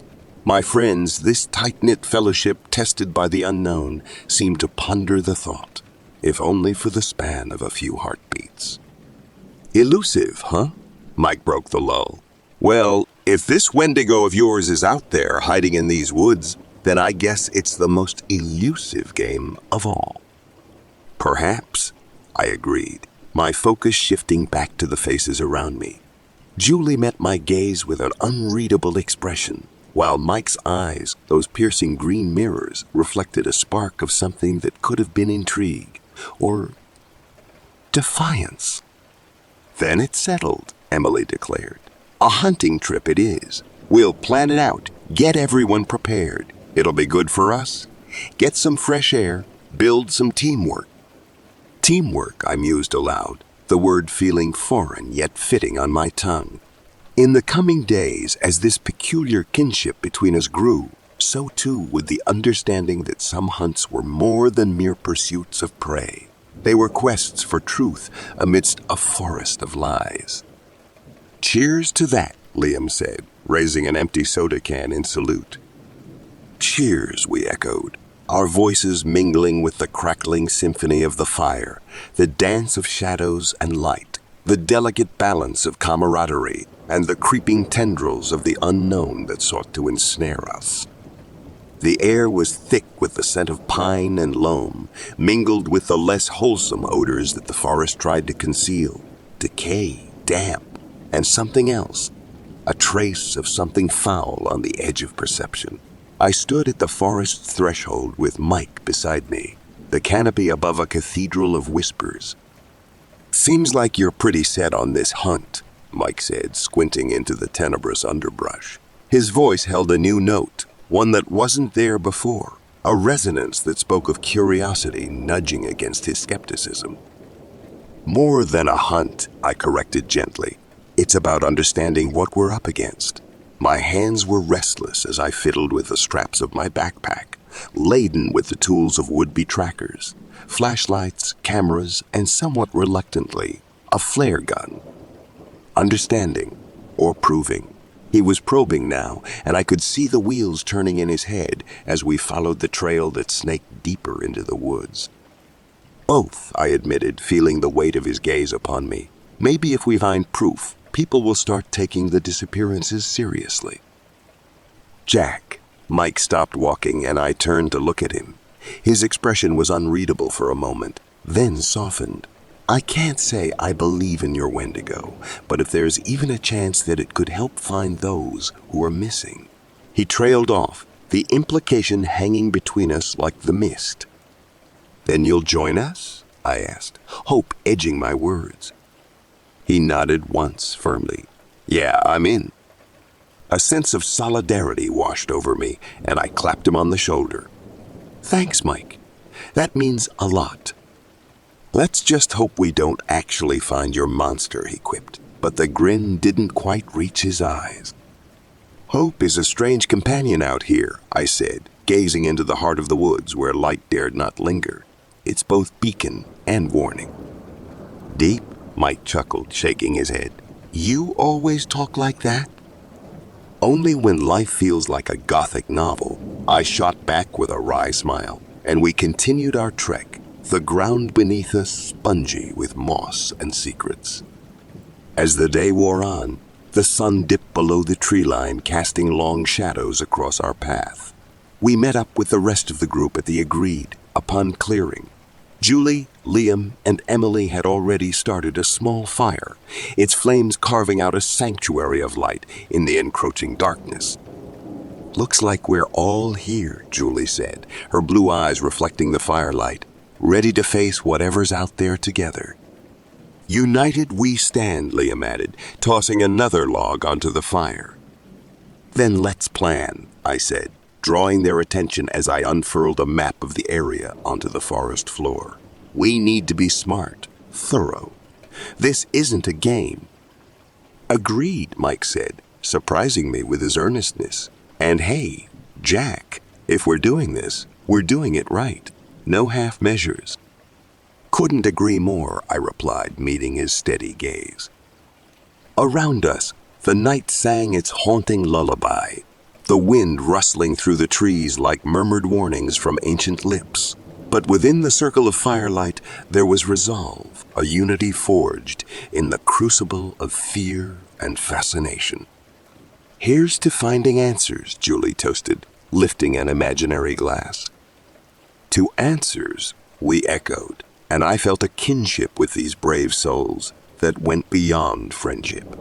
It was a fellowship carved from the very marrow of our shared humanity, standing defiant against the darkness that sought to divide us.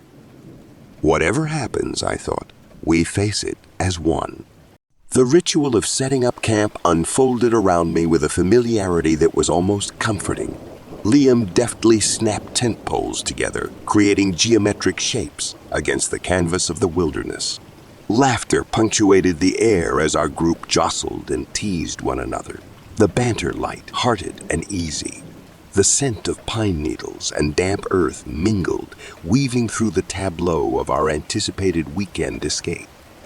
But beneath the jovial surface, my heart was a staccato drumbeat in my chest, thrumming with an undercurrent of trepidation. With every glance towards Julie, her wavy blonde hair catching the sunlight in golden ripples, the weight of unspoken words pressed upon me. I busied myself with the unyielding knots of my tense guy lines, my fingers fumbling more than usual. "Need a hand there, Jack?" Julie's voice, lilting and warm, cut through my focus, and I looked up to find her blue eyes alight with gentle mirth. My cheeks flushed with heat, and I managed a tight-lipped smile. "I've got it," I replied, hoping my voice carried more confidence than I felt. But the truth was, I didn't have it. As I watched her move gracefully among our friends, distributing camping supplies with a serene ease, I pondered the futility of my own existence. Here, in the shadow of ancient pines, I was but a mere whisper among the screams of nature, a flickering candle flame dwarfed by the looming darkness of night. "Tonight," I whispered to myself, a silent vow that felt like a prelude to tragedy. "I'll tell her." The promise lingered in the quiet space between each breath, a specter of what could be, hope or heartbreak. My gaze swept over the campsite, this temporary haven carved out of the unforgiving wilderness, and I contemplated the dualities of life. The joy of companionship against the solitary ache of unrequited love. It was a dance as old as time, played out under the watchful gaze of towering trees that had borne witness to countless human follies. A chill skittered down my spine as the first whispers of evening tiptoed through the encroaching twilight. The air, ripe with the scent of pine and damp earth, carried on it an undercurrent of something. Above us, the leaves rustled with a sibilant hiss, like secrets being exchanged in hushed tones between unseen entities. I paused, hatchet in hand, and listened. The sound was not quite wind, not quite animal, a symphony of nature that sang of the wilderness's vast, unknowable heart. "Jack, pass me another log, will ya?" Liam's voice jolted me back to the task at hand, obliterating the lingering threads of unease with the blunt force of camaraderie. "Sure thing," I replied, shaking off the disquiet. attributing it to my overwrought nerves. The logs piled high. We stood back to admire our work, each flame leaping skyward like a dancer reveling in the primal rhythm of combustion. As night unfurled its star-studded cloak across the heavens, the families drew close around the campfire, their faces aglow with the orange hue of the crackling blaze. Laughter cascaded through the assembly, Mike's booming guffaws mingling with Emily's melodic chuckles, while Julie's soft murmurs wove a soothing counterpoint to the harmonious cacophony. "Listen," I said suddenly, the words slipping out before I could rein it in. The laughter died away, leaving only the crackling of flames and the collective breath of anticipation. From somewhere in the distance, barely perceptible, came the mournful howl of a wolf, a solitary lament that threaded through the trees and settled upon our gathering like a shroud. As the moment of unease past our families resumed their tales and banter, the air once again thick with conviviality. But the ember of disquiet remained, nestled within me, refusing to be extinguished by the mirth that danced around the flames. It was a harbinger, I feared, a subtle prelude to something far greater than any of us could fathom. And within the sanctuary of flickering light and shadow, I clung to the fragile hope that the bonds of those present would be enough to withstand the encroaching darkness beyond our small, ephemeral bastion. I stood, my legs stiff from the prolonged sitting, and edged closer to where Julie sat. Her smile was a beacon, yet it did little to dispel the pervasive gloom that had settled over me. "Beautiful night, isn't it?" I said, my attempt at nonchalance undermined by the quaver in my voice. "Beautiful, but intense," she replied, tucking a strand of her golden hair behind her ear. "It feels like we're on the edge of something unfathomable." "Doesn't it just?" I agreed, my heart hammering against my ribcage as if trying to escape the confines of my chest. How often had I longed for a moment alone with her, to confess the tumultuous feelings she stirred within me. Yet now, faced with the opportunity, fear tangled with desire in a knotted skein. We shared a nervous laugh, the sound hollow between us, and I ventured a step closer. Our hands brushed fleetingly like moth wings against a flame, tentative yet yearning for more. It would be the last time I ever saw her. "Where's Julie?" The question came from Linda, her voice pitched high and edged with panic as she stood at the flap of an unzipped tent. Julie's tent, its interior exposed, hollow and hauntingly undisturbed. "Probably went for a walk," I suggested, though the assurance I aimed to convey was belied by the dry rasp of my own voice. We exchanged glances, each pair of eyes reflecting the same dawning dread. "Julie," my shout broke the silence, and like a signal flare, it ignited a frenzy of activity in the camp. Others joined in the call, their voices fracturing the night's calm, splintering the false sense of security we had so carefully constructed around ourselves. "Julie," Linda's call was frantic, her maternal instincts fueling a fear that spread like wildfire amongst us. Each echo through the dense timberland seemed to confirm our collective terror. Julie was gone, vanished into the encroaching gloom that swallowed sound and hope alike. "Over here," Mark called out, his silhouette barely discernible beneath the conifer's heavy boughs. "I found her flashlight." We converged upon the spot, a small clearing where the underbrush was trampled, evidence of movement or struggle. The flashlight lay on its side, its beam casting an eerie glow upon the ferns, creating long, sinister shadows that danced with every trembling leaf. "Shouldn't have let her out of our sight," I muttered, the words acidic with self-reproach. The possibility that I could have prevented this glawed at me, the thought that my own preoccupation with matters of the heart might have cost more than just missed chances. It might have cost us, Julie. "Julie," the calls continued, now tinged with desperation, the realization sinking in that our search was less rescue and more plea, the forest indifferent to our plight. "Stay together," someone urged, a feeble attempt to marshal our unraveling sensibilities. We moved as one, a collective organism driven by fear, sweeping through the woods with torches and lanterns, calling out into the abyss for a sign, any sign, of Julie. Anything. It was a redundant question, voiced by Tom, his face haggard in the flickering light. We all knew the answer. With every step, every unanswered cry, the hope that had once buoyed us sank deeper into the quicksand of despair. The wilderness, vast and untamed, held secrets in its shadows, secrets that, once taken, refused to be given back. And as the night stretched on, our voices growing hoarse, the chilling realization set in that Julie might forever remain one of them.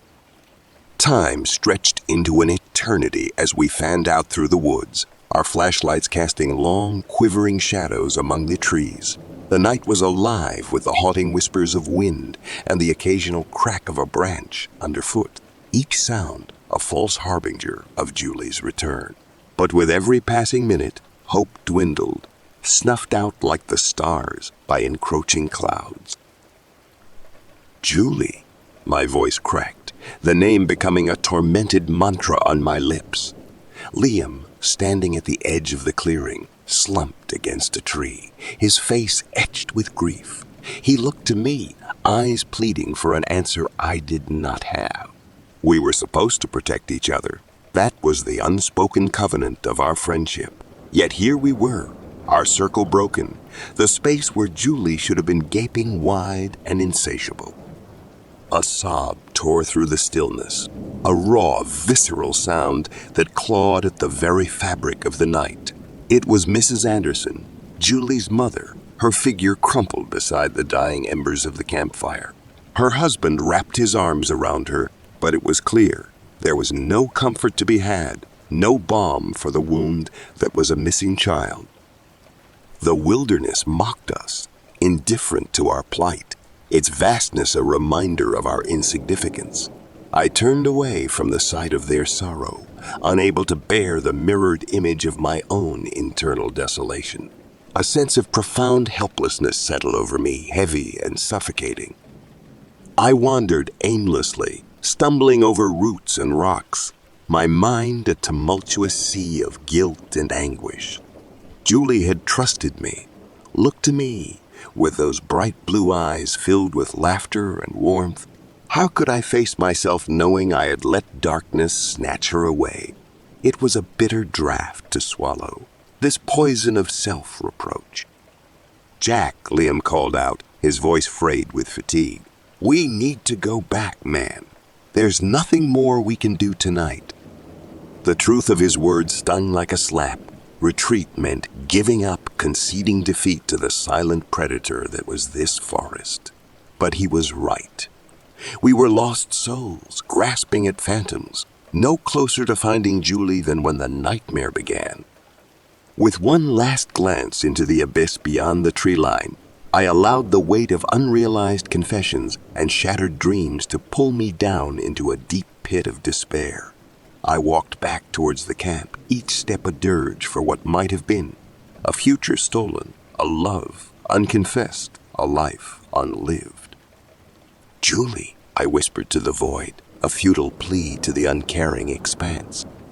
The darkness swallowed my words, and in its cold embrace, I felt the first stirrings of a terror far greater than the fear of what lurked in the shadows.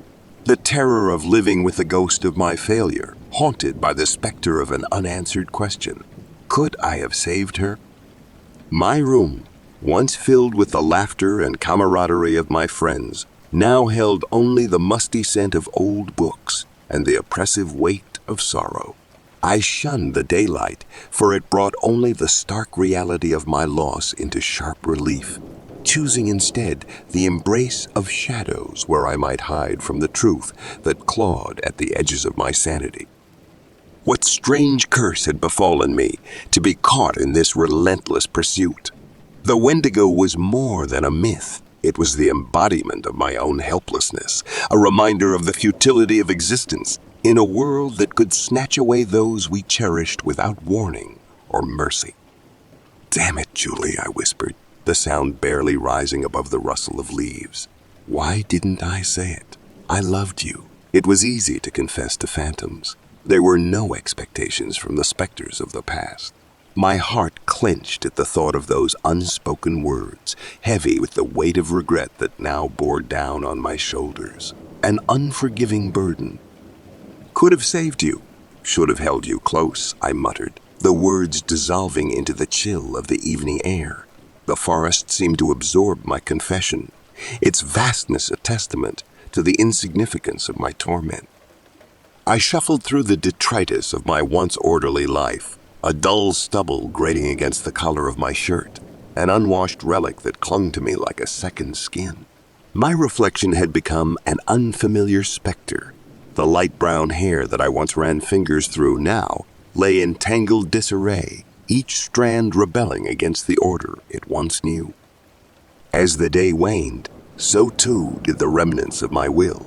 I sank into the mattress, body leaden, spirit fractured beyond repair. The weight of my guilt and regret was a millstone around my neck, dragging me deeper into an ocean of despair where hope's light could not penetrate. There, in the crushing depths of self-loathing, I teetered precariously on the edge, the precipice of desolation yawning wide to claim me. The air in the shed was thick with the scent of pine and cold metal, a heady mixture that did little to calm my racing heart.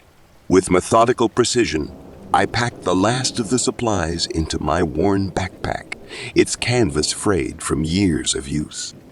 Mike stood across from me, his broad shoulders casting a long shadow in the dim light as he checked over our gear. A pair of rifles, flares, and enough rations to last us a few days out in the unforgiving wilderness. "All right, Jack," he finally conceded, nodding as he slung his own pack over his shoulder. "Let's go find the thing that took her, whoever or whatever it is."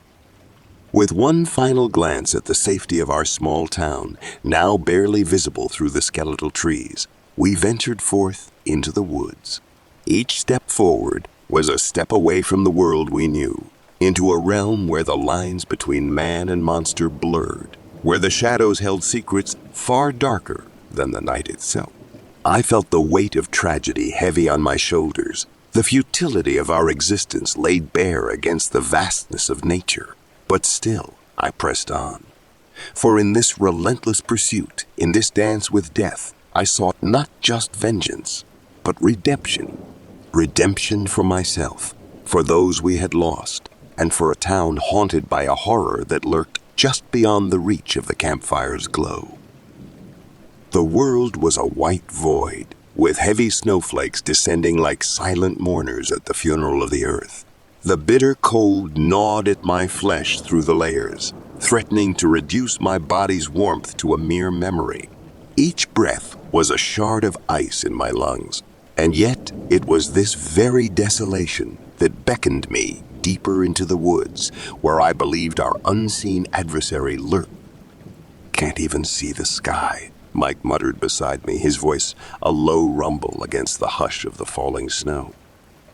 I nodded, though the gesture was lost in the expanse of white that enveloped us. There was something inherently isolating about the winter forest. The trees stood like gaunt specters, their branches heavy with the weight of the snow, clawing at the gray heavens in silent supplication. "Keep moving," I urged, my words barely audible over the crunch of our boots in the snow. We trudged on, our path a sinuous trail that we carved through the pristine blanket that covered the earth. Our progress was measured and deliberate, each step a testament to our resolve. I could feel the muscles in my legs burning from the effort of wading through the deep drifts, but it was a pain I welcomed. It kept me tethered to reality, to the gravity of our mission. The forest seemed to swallow up the sound of our passage, the thick snowfall muffling our footsteps until it felt as if we were ghosts haunting the landscape. Every so often, a branch would release its burden of snow, sending a cascade of powder tumbling to the ground with a soft whoosh, startling in the otherwise oppressive silence. Mike's form was a shadow ahead of me, his broad shoulders cutting a path for me to follow. Despite the shared goal that had brought us out here, a solitary journey unfolded within each of us. A journey of inner demons wrestling with the shadows that lay between the blackened trunks of the trees. As we pushed onward, the daylight began to wane, casting a blue hue over the forest. The encroaching darkness seemed to mock our efforts, whispering of a night that would come too soon and bring with it temperatures that could freeze the soul. "Almost feels like we're walking into another world," I said, the thought escaping my lips before I could stop it. "Or out of this one," Mike replied, the words hanging between us like an omen. And perhaps that was the truth of it. We were interlopers here, trespassing in a domain that belonged to the elements, to the creatures that had learned to survive the cruelty of winter, and to the legends born from the lips of those who had braved these woods before us. Our breaths came in visible puffs, heavy and ragged, as though the very air we inhaled was thick with resistance. Each step through the snow was a Herculean effort. Our legs lifted only to be swallowed again by the cold embrace of the white abyss that stretched endlessly before us. I could feel the burn in my muscles, an insidious ache that crept into my bones, unwilling to release its grip. "Jack," Mike's voice broke through the silence, strained and hoarse. "We gotta take a break." I nodded, recognizing the futility in denying our human limits. We found solace beneath the skeletal branches of an ancient pine, its needles dusted with frost, standing sentinel over us. As we collapsed against the trunk, the forest around us seemed to inhale our fatigue, absorbing it into the stillness. The quiet was profound, unnatural, as if sound itself had been devoured by the woods. But then, amid the hush, there stirred a whisper, a skittering that danced along the edge of perception. Our heads turned sharply toward the disturbance, eyes scanning for the source. "Did you hear that?" I asked, gripping the rifle tighter. Mike nodded, his green eyes scanning the tree line, every muscle tensed like a coiled spring. There it was again, the subtle crunch of snow underfoot, the kind that spoke of deliberate, stealthy movements rather than the careless trod of forest fauna. Tracks. I pointed to a series of indentations that marred the otherwise pristine expanse. They were unlike any game trail either of us had ever seen. Too large, too alien, with elongated impressions that suggested something bipedal but grotesquely distorted. "Could be a bear," Mike offered, though we both knew the lie in that. No bear walked with such a gait, and no animal of the forest left behind an aura of dread so palpable that it clawed at the edges of our minds. "Or it could be what we're looking for," I whispered back, my voice betraying a cocktail of fear and exhilaration. This was it, the Wendigo's trail. The creature of lore was close, its presence etched into the very snow beneath our feet. A low moan rolled through the trees then, a hollow, guttural sound that seemed to rise from the bowels of the earth. It resonated with sorrow and hunger, an echo of tragedies past and the futility of endeavors yet to come. Mike and I exchanged a glance, an unspoken understanding passing between us. There would be no rest, not now. Not with the Wendigo's call ushering us onward into the heart of darkness that awaited within the frozen woodland. Reluctantly, we rose, our bodies protesting, and pressed forward on leaden limbs. The signs were clear, the Wendigo was near, and with each labored breath, we ventured deeper into its domain, into the mouth of madness that yawned wide before us. A shiver scuttled down my spine, not from the piercing cold that had already claimed my extremities, but from the sight that unfolded before us. There, etched into the otherwise undisturbed expanse of snow, was a series of distorted indentations, a path of chaos amidst the frozen stillness. "Mike, can't you feel it?" Excitement trembled through my voice, fervent and unrestrained. "It's here. We're close now, closer than anyone's ever been." My hands shook, not from the cold, but from anticipation. The creature of nightmares, the embodiment of hunger and madness, lay somewhere beyond the veil of falling snow. My obsession, my white whale, finally within reach. Jack, man, this is messed up. Mike's words cut through the stillness, a stark contrast to my own fervor. He stood rigid, his green eyes scanning the woods with palpable trepidation. We don't even know what we're dealing with. What if... Then we find out, I interrupted, standing with resolve that belied the weariness of my bones. We've come this far, haven't we? We can't turn back now, not when it's practically calling to us. Calling to us? Mike's tone was laced with doubt, his protective instincts at odds with the lure of the unknown, or leading us to our own damnation. Jack, I'm serious. This isn't some game. That sound earlier, these tracks, it feels like a trap, like we're being herded. Or like we're on the right path, I countered, though the seed of his uncertainty found fertile ground in the recesses of my mind. But I quashed it, smothered it beneath layers of determination and need. The Wendigo was more than a myth. It was the culmination of my fears, my hopes, proof that the shadows held more than just darkness. Jack, he implored, stepping closer, his broad frame imposing against the backdrop of skeletal trees. I get that you need this, but at what cost? We're not even sure what we're chasing is real. And even if it is, what then? You think we can just kill a legend? Maybe we can't, I admitted, the truth stinging like frostbite. But we have to try. Mike, how can we not? To ignore the chance would be to live half a life. Always wondering, always doubting. Or it could mean living at all, he muttered. But his gaze didn't meet mine. Instead, it lingered on the foreboding trail that snaked into the gloom.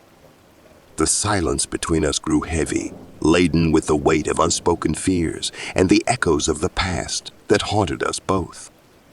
Jack, Mike began, his voice cutting through the silence like a blade through ice. We can't keep going like this. Our supplies are nearly gone, and we've got nothing to show for it. I continued packing, trying to ignore the sinking feeling in my gut. We're close, Mike. I can feel it, I insisted, though my words sounded hollow even to my own ears. Feelings don't change the fact that we're about to starve out here, he retorted sharply. You know I'm right. The weight of his logic was a yoke around my neck, heavy and undeniable. But the Wendigo, that elusive specter of the North Woods, had become more than just a hunt. It was the embodiment of every unsolved mystery that had ever consumed me. Think about Julie, Mike pressed, invoking his sister's name like a talisman. She wouldn't want you dying out here for some damn fool legend. His words pierced deeper than the cold. Julie, with her quick laugh and her insistence that there were things out here beyond our understanding. She had believed in the search once. But Mike was right. She wouldn't want this. Okay, I conceded, the word tasting like ash on my tongue. We'll head back. Mike nodded, relief evident in the set of his shoulders, but I could find no comfort. There was a sorrow in relinquishing the chase, a mourning for the part of me that thrived on the pursuit of the unknowable. As we packed up the last of our gear and turned our backs on the trail we had blazed, I couldn't shake the image of the Wendigo, its gaunt silhouette haunting not just these woods, but the edges of my dreams. The disappointment gnawed at me, more ravenous than any hunger. Let's just get home, Mike said, leading the way through the snow that had begun to fall once more, covering our tracks as if we'd never been here. And so we walked, leaving behind the phantom tracks of a creature that may have never been, in a forest that held secrets as old as time itself. The cold gnawed at my bones with every step, as if the forest itself sought to claim some shard of warmth from within us.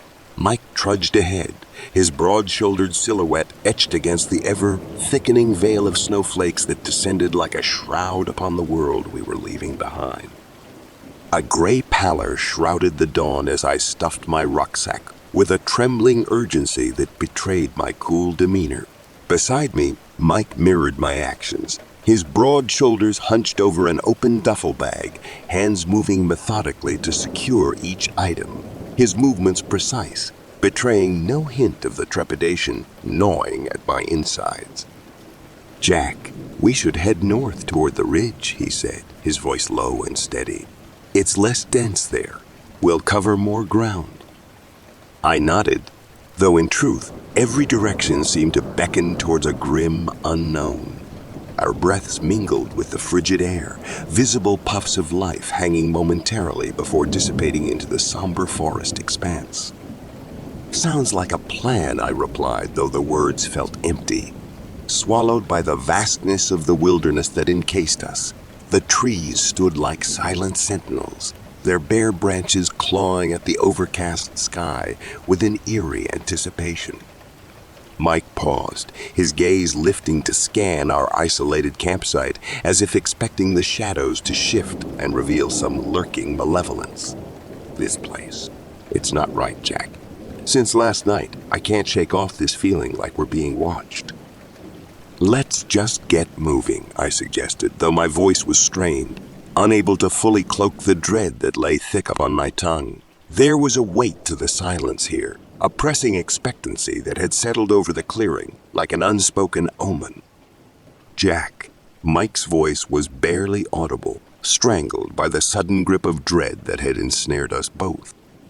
In one collective gasp, the forest exhaled its pent-up breath, and the shadows coalesced into something tangible, something malevolent.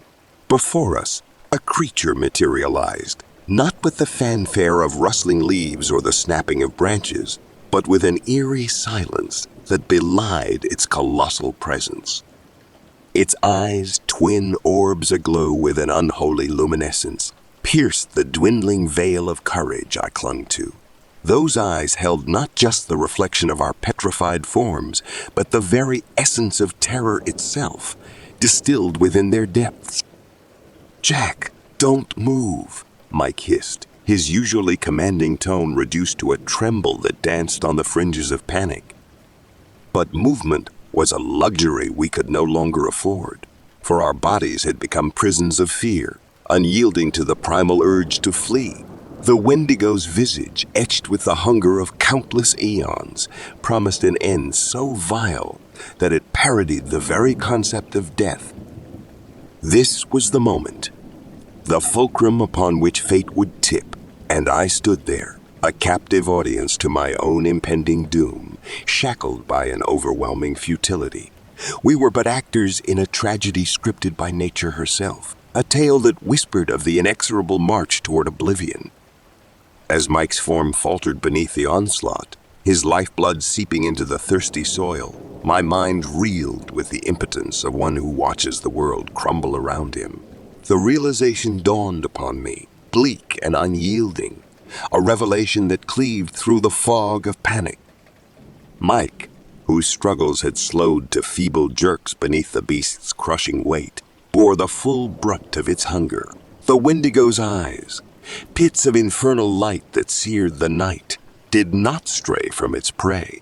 There was a rapacity there, a gluttony so pure it bordered on the sacred. It was the hunger of eons, insatiable and voracious, consuming all warmth and life that dared to beat in defiance of its claim. "Run, Jack." Mike's voice, ragged with pain, cut through the paralyzing horror. In that instant, the tethers binding me to loyalty and friendship snapped under the weight of terror.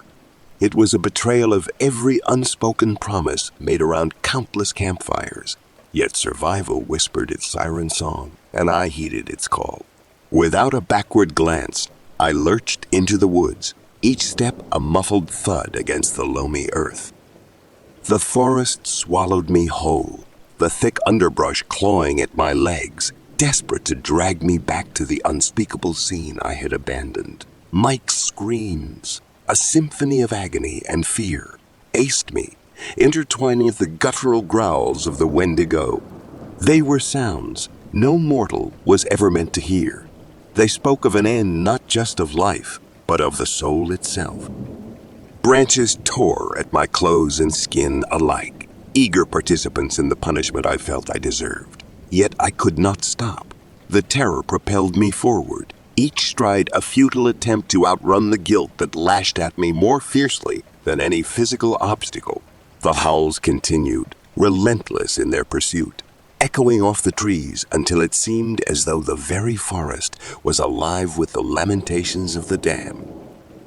"Forgive me," I whispered to the wind, knowing the words were as empty as the hope I left behind.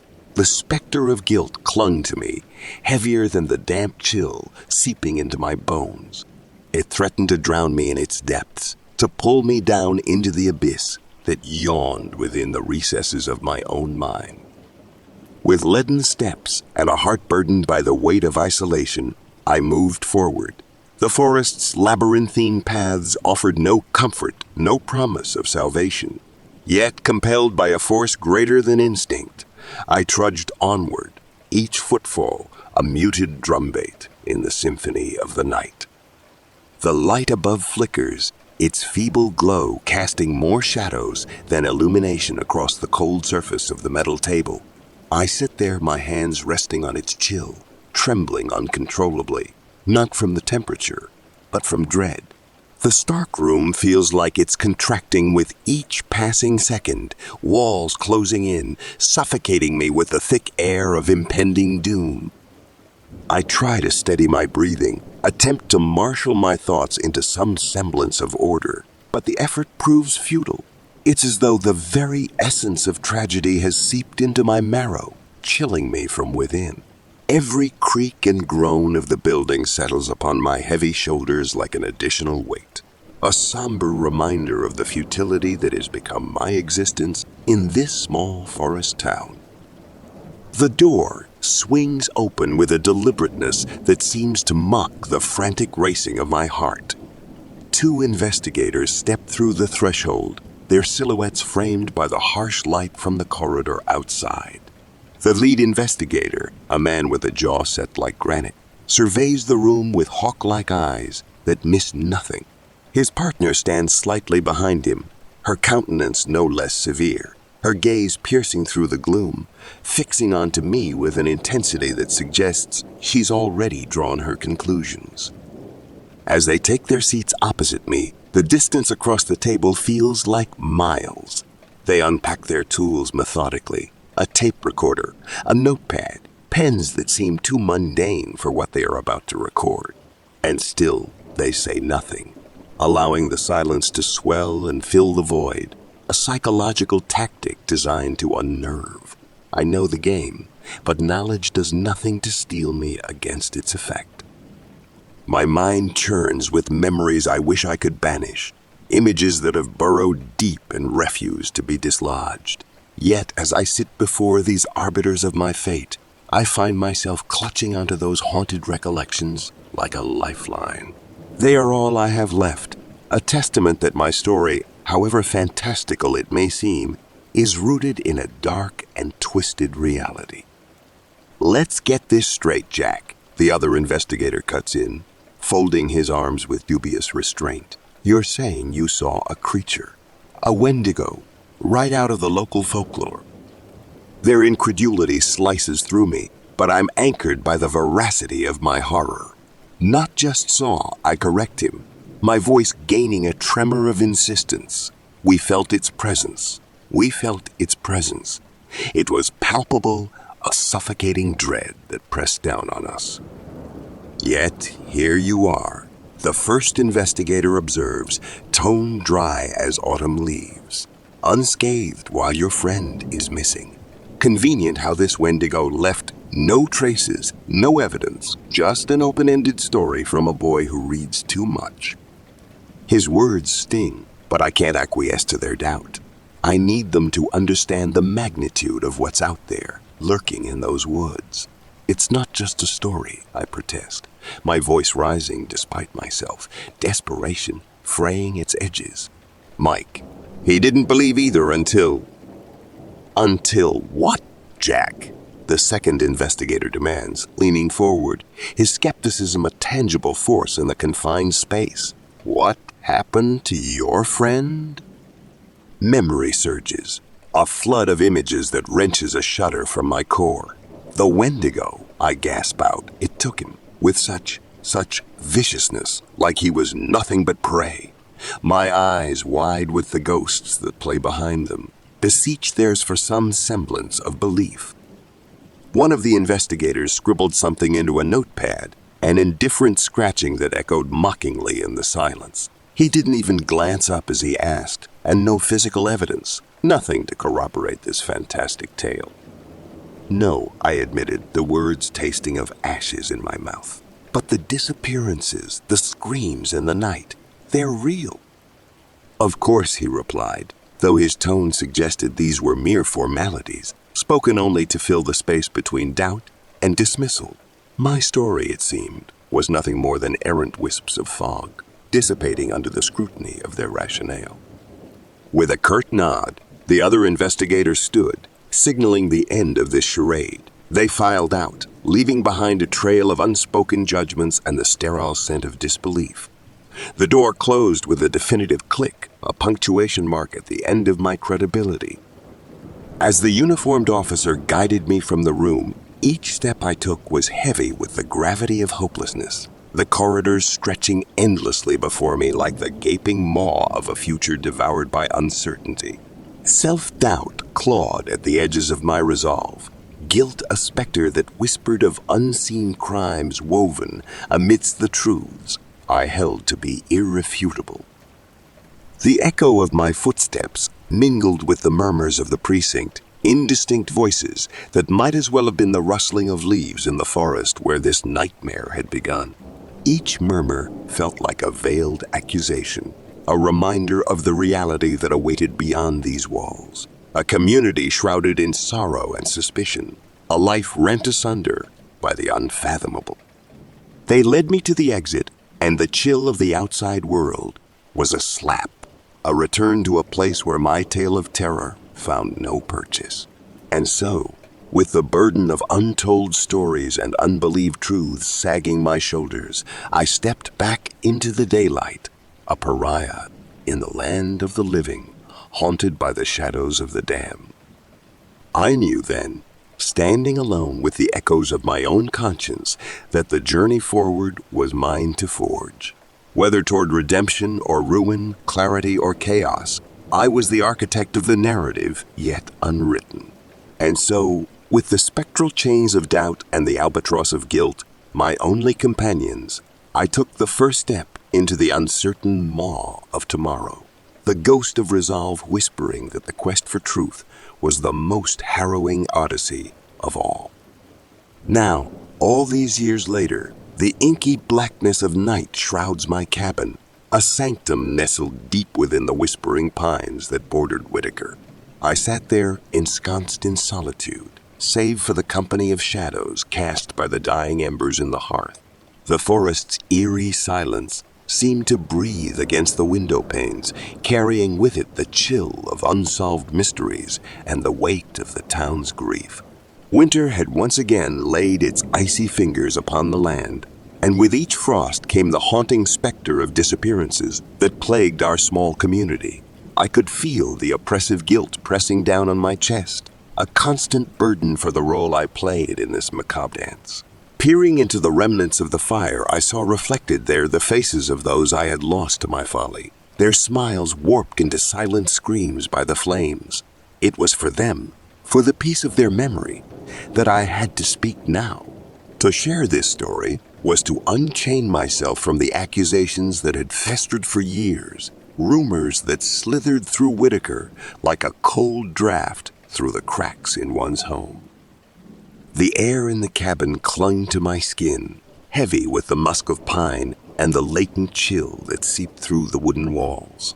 With each breath, I tasted the cold bite of the oncoming winter, a silent herald of the darkness beyond the threshold.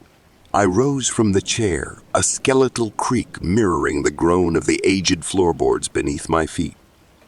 In the muted glow of the lantern, shadows danced with every movement as if they were eager participants in this grim ritual. My fingers, driven by a resolve that bordered on feverish desperation, wrapped around the worn fabric of my backpack.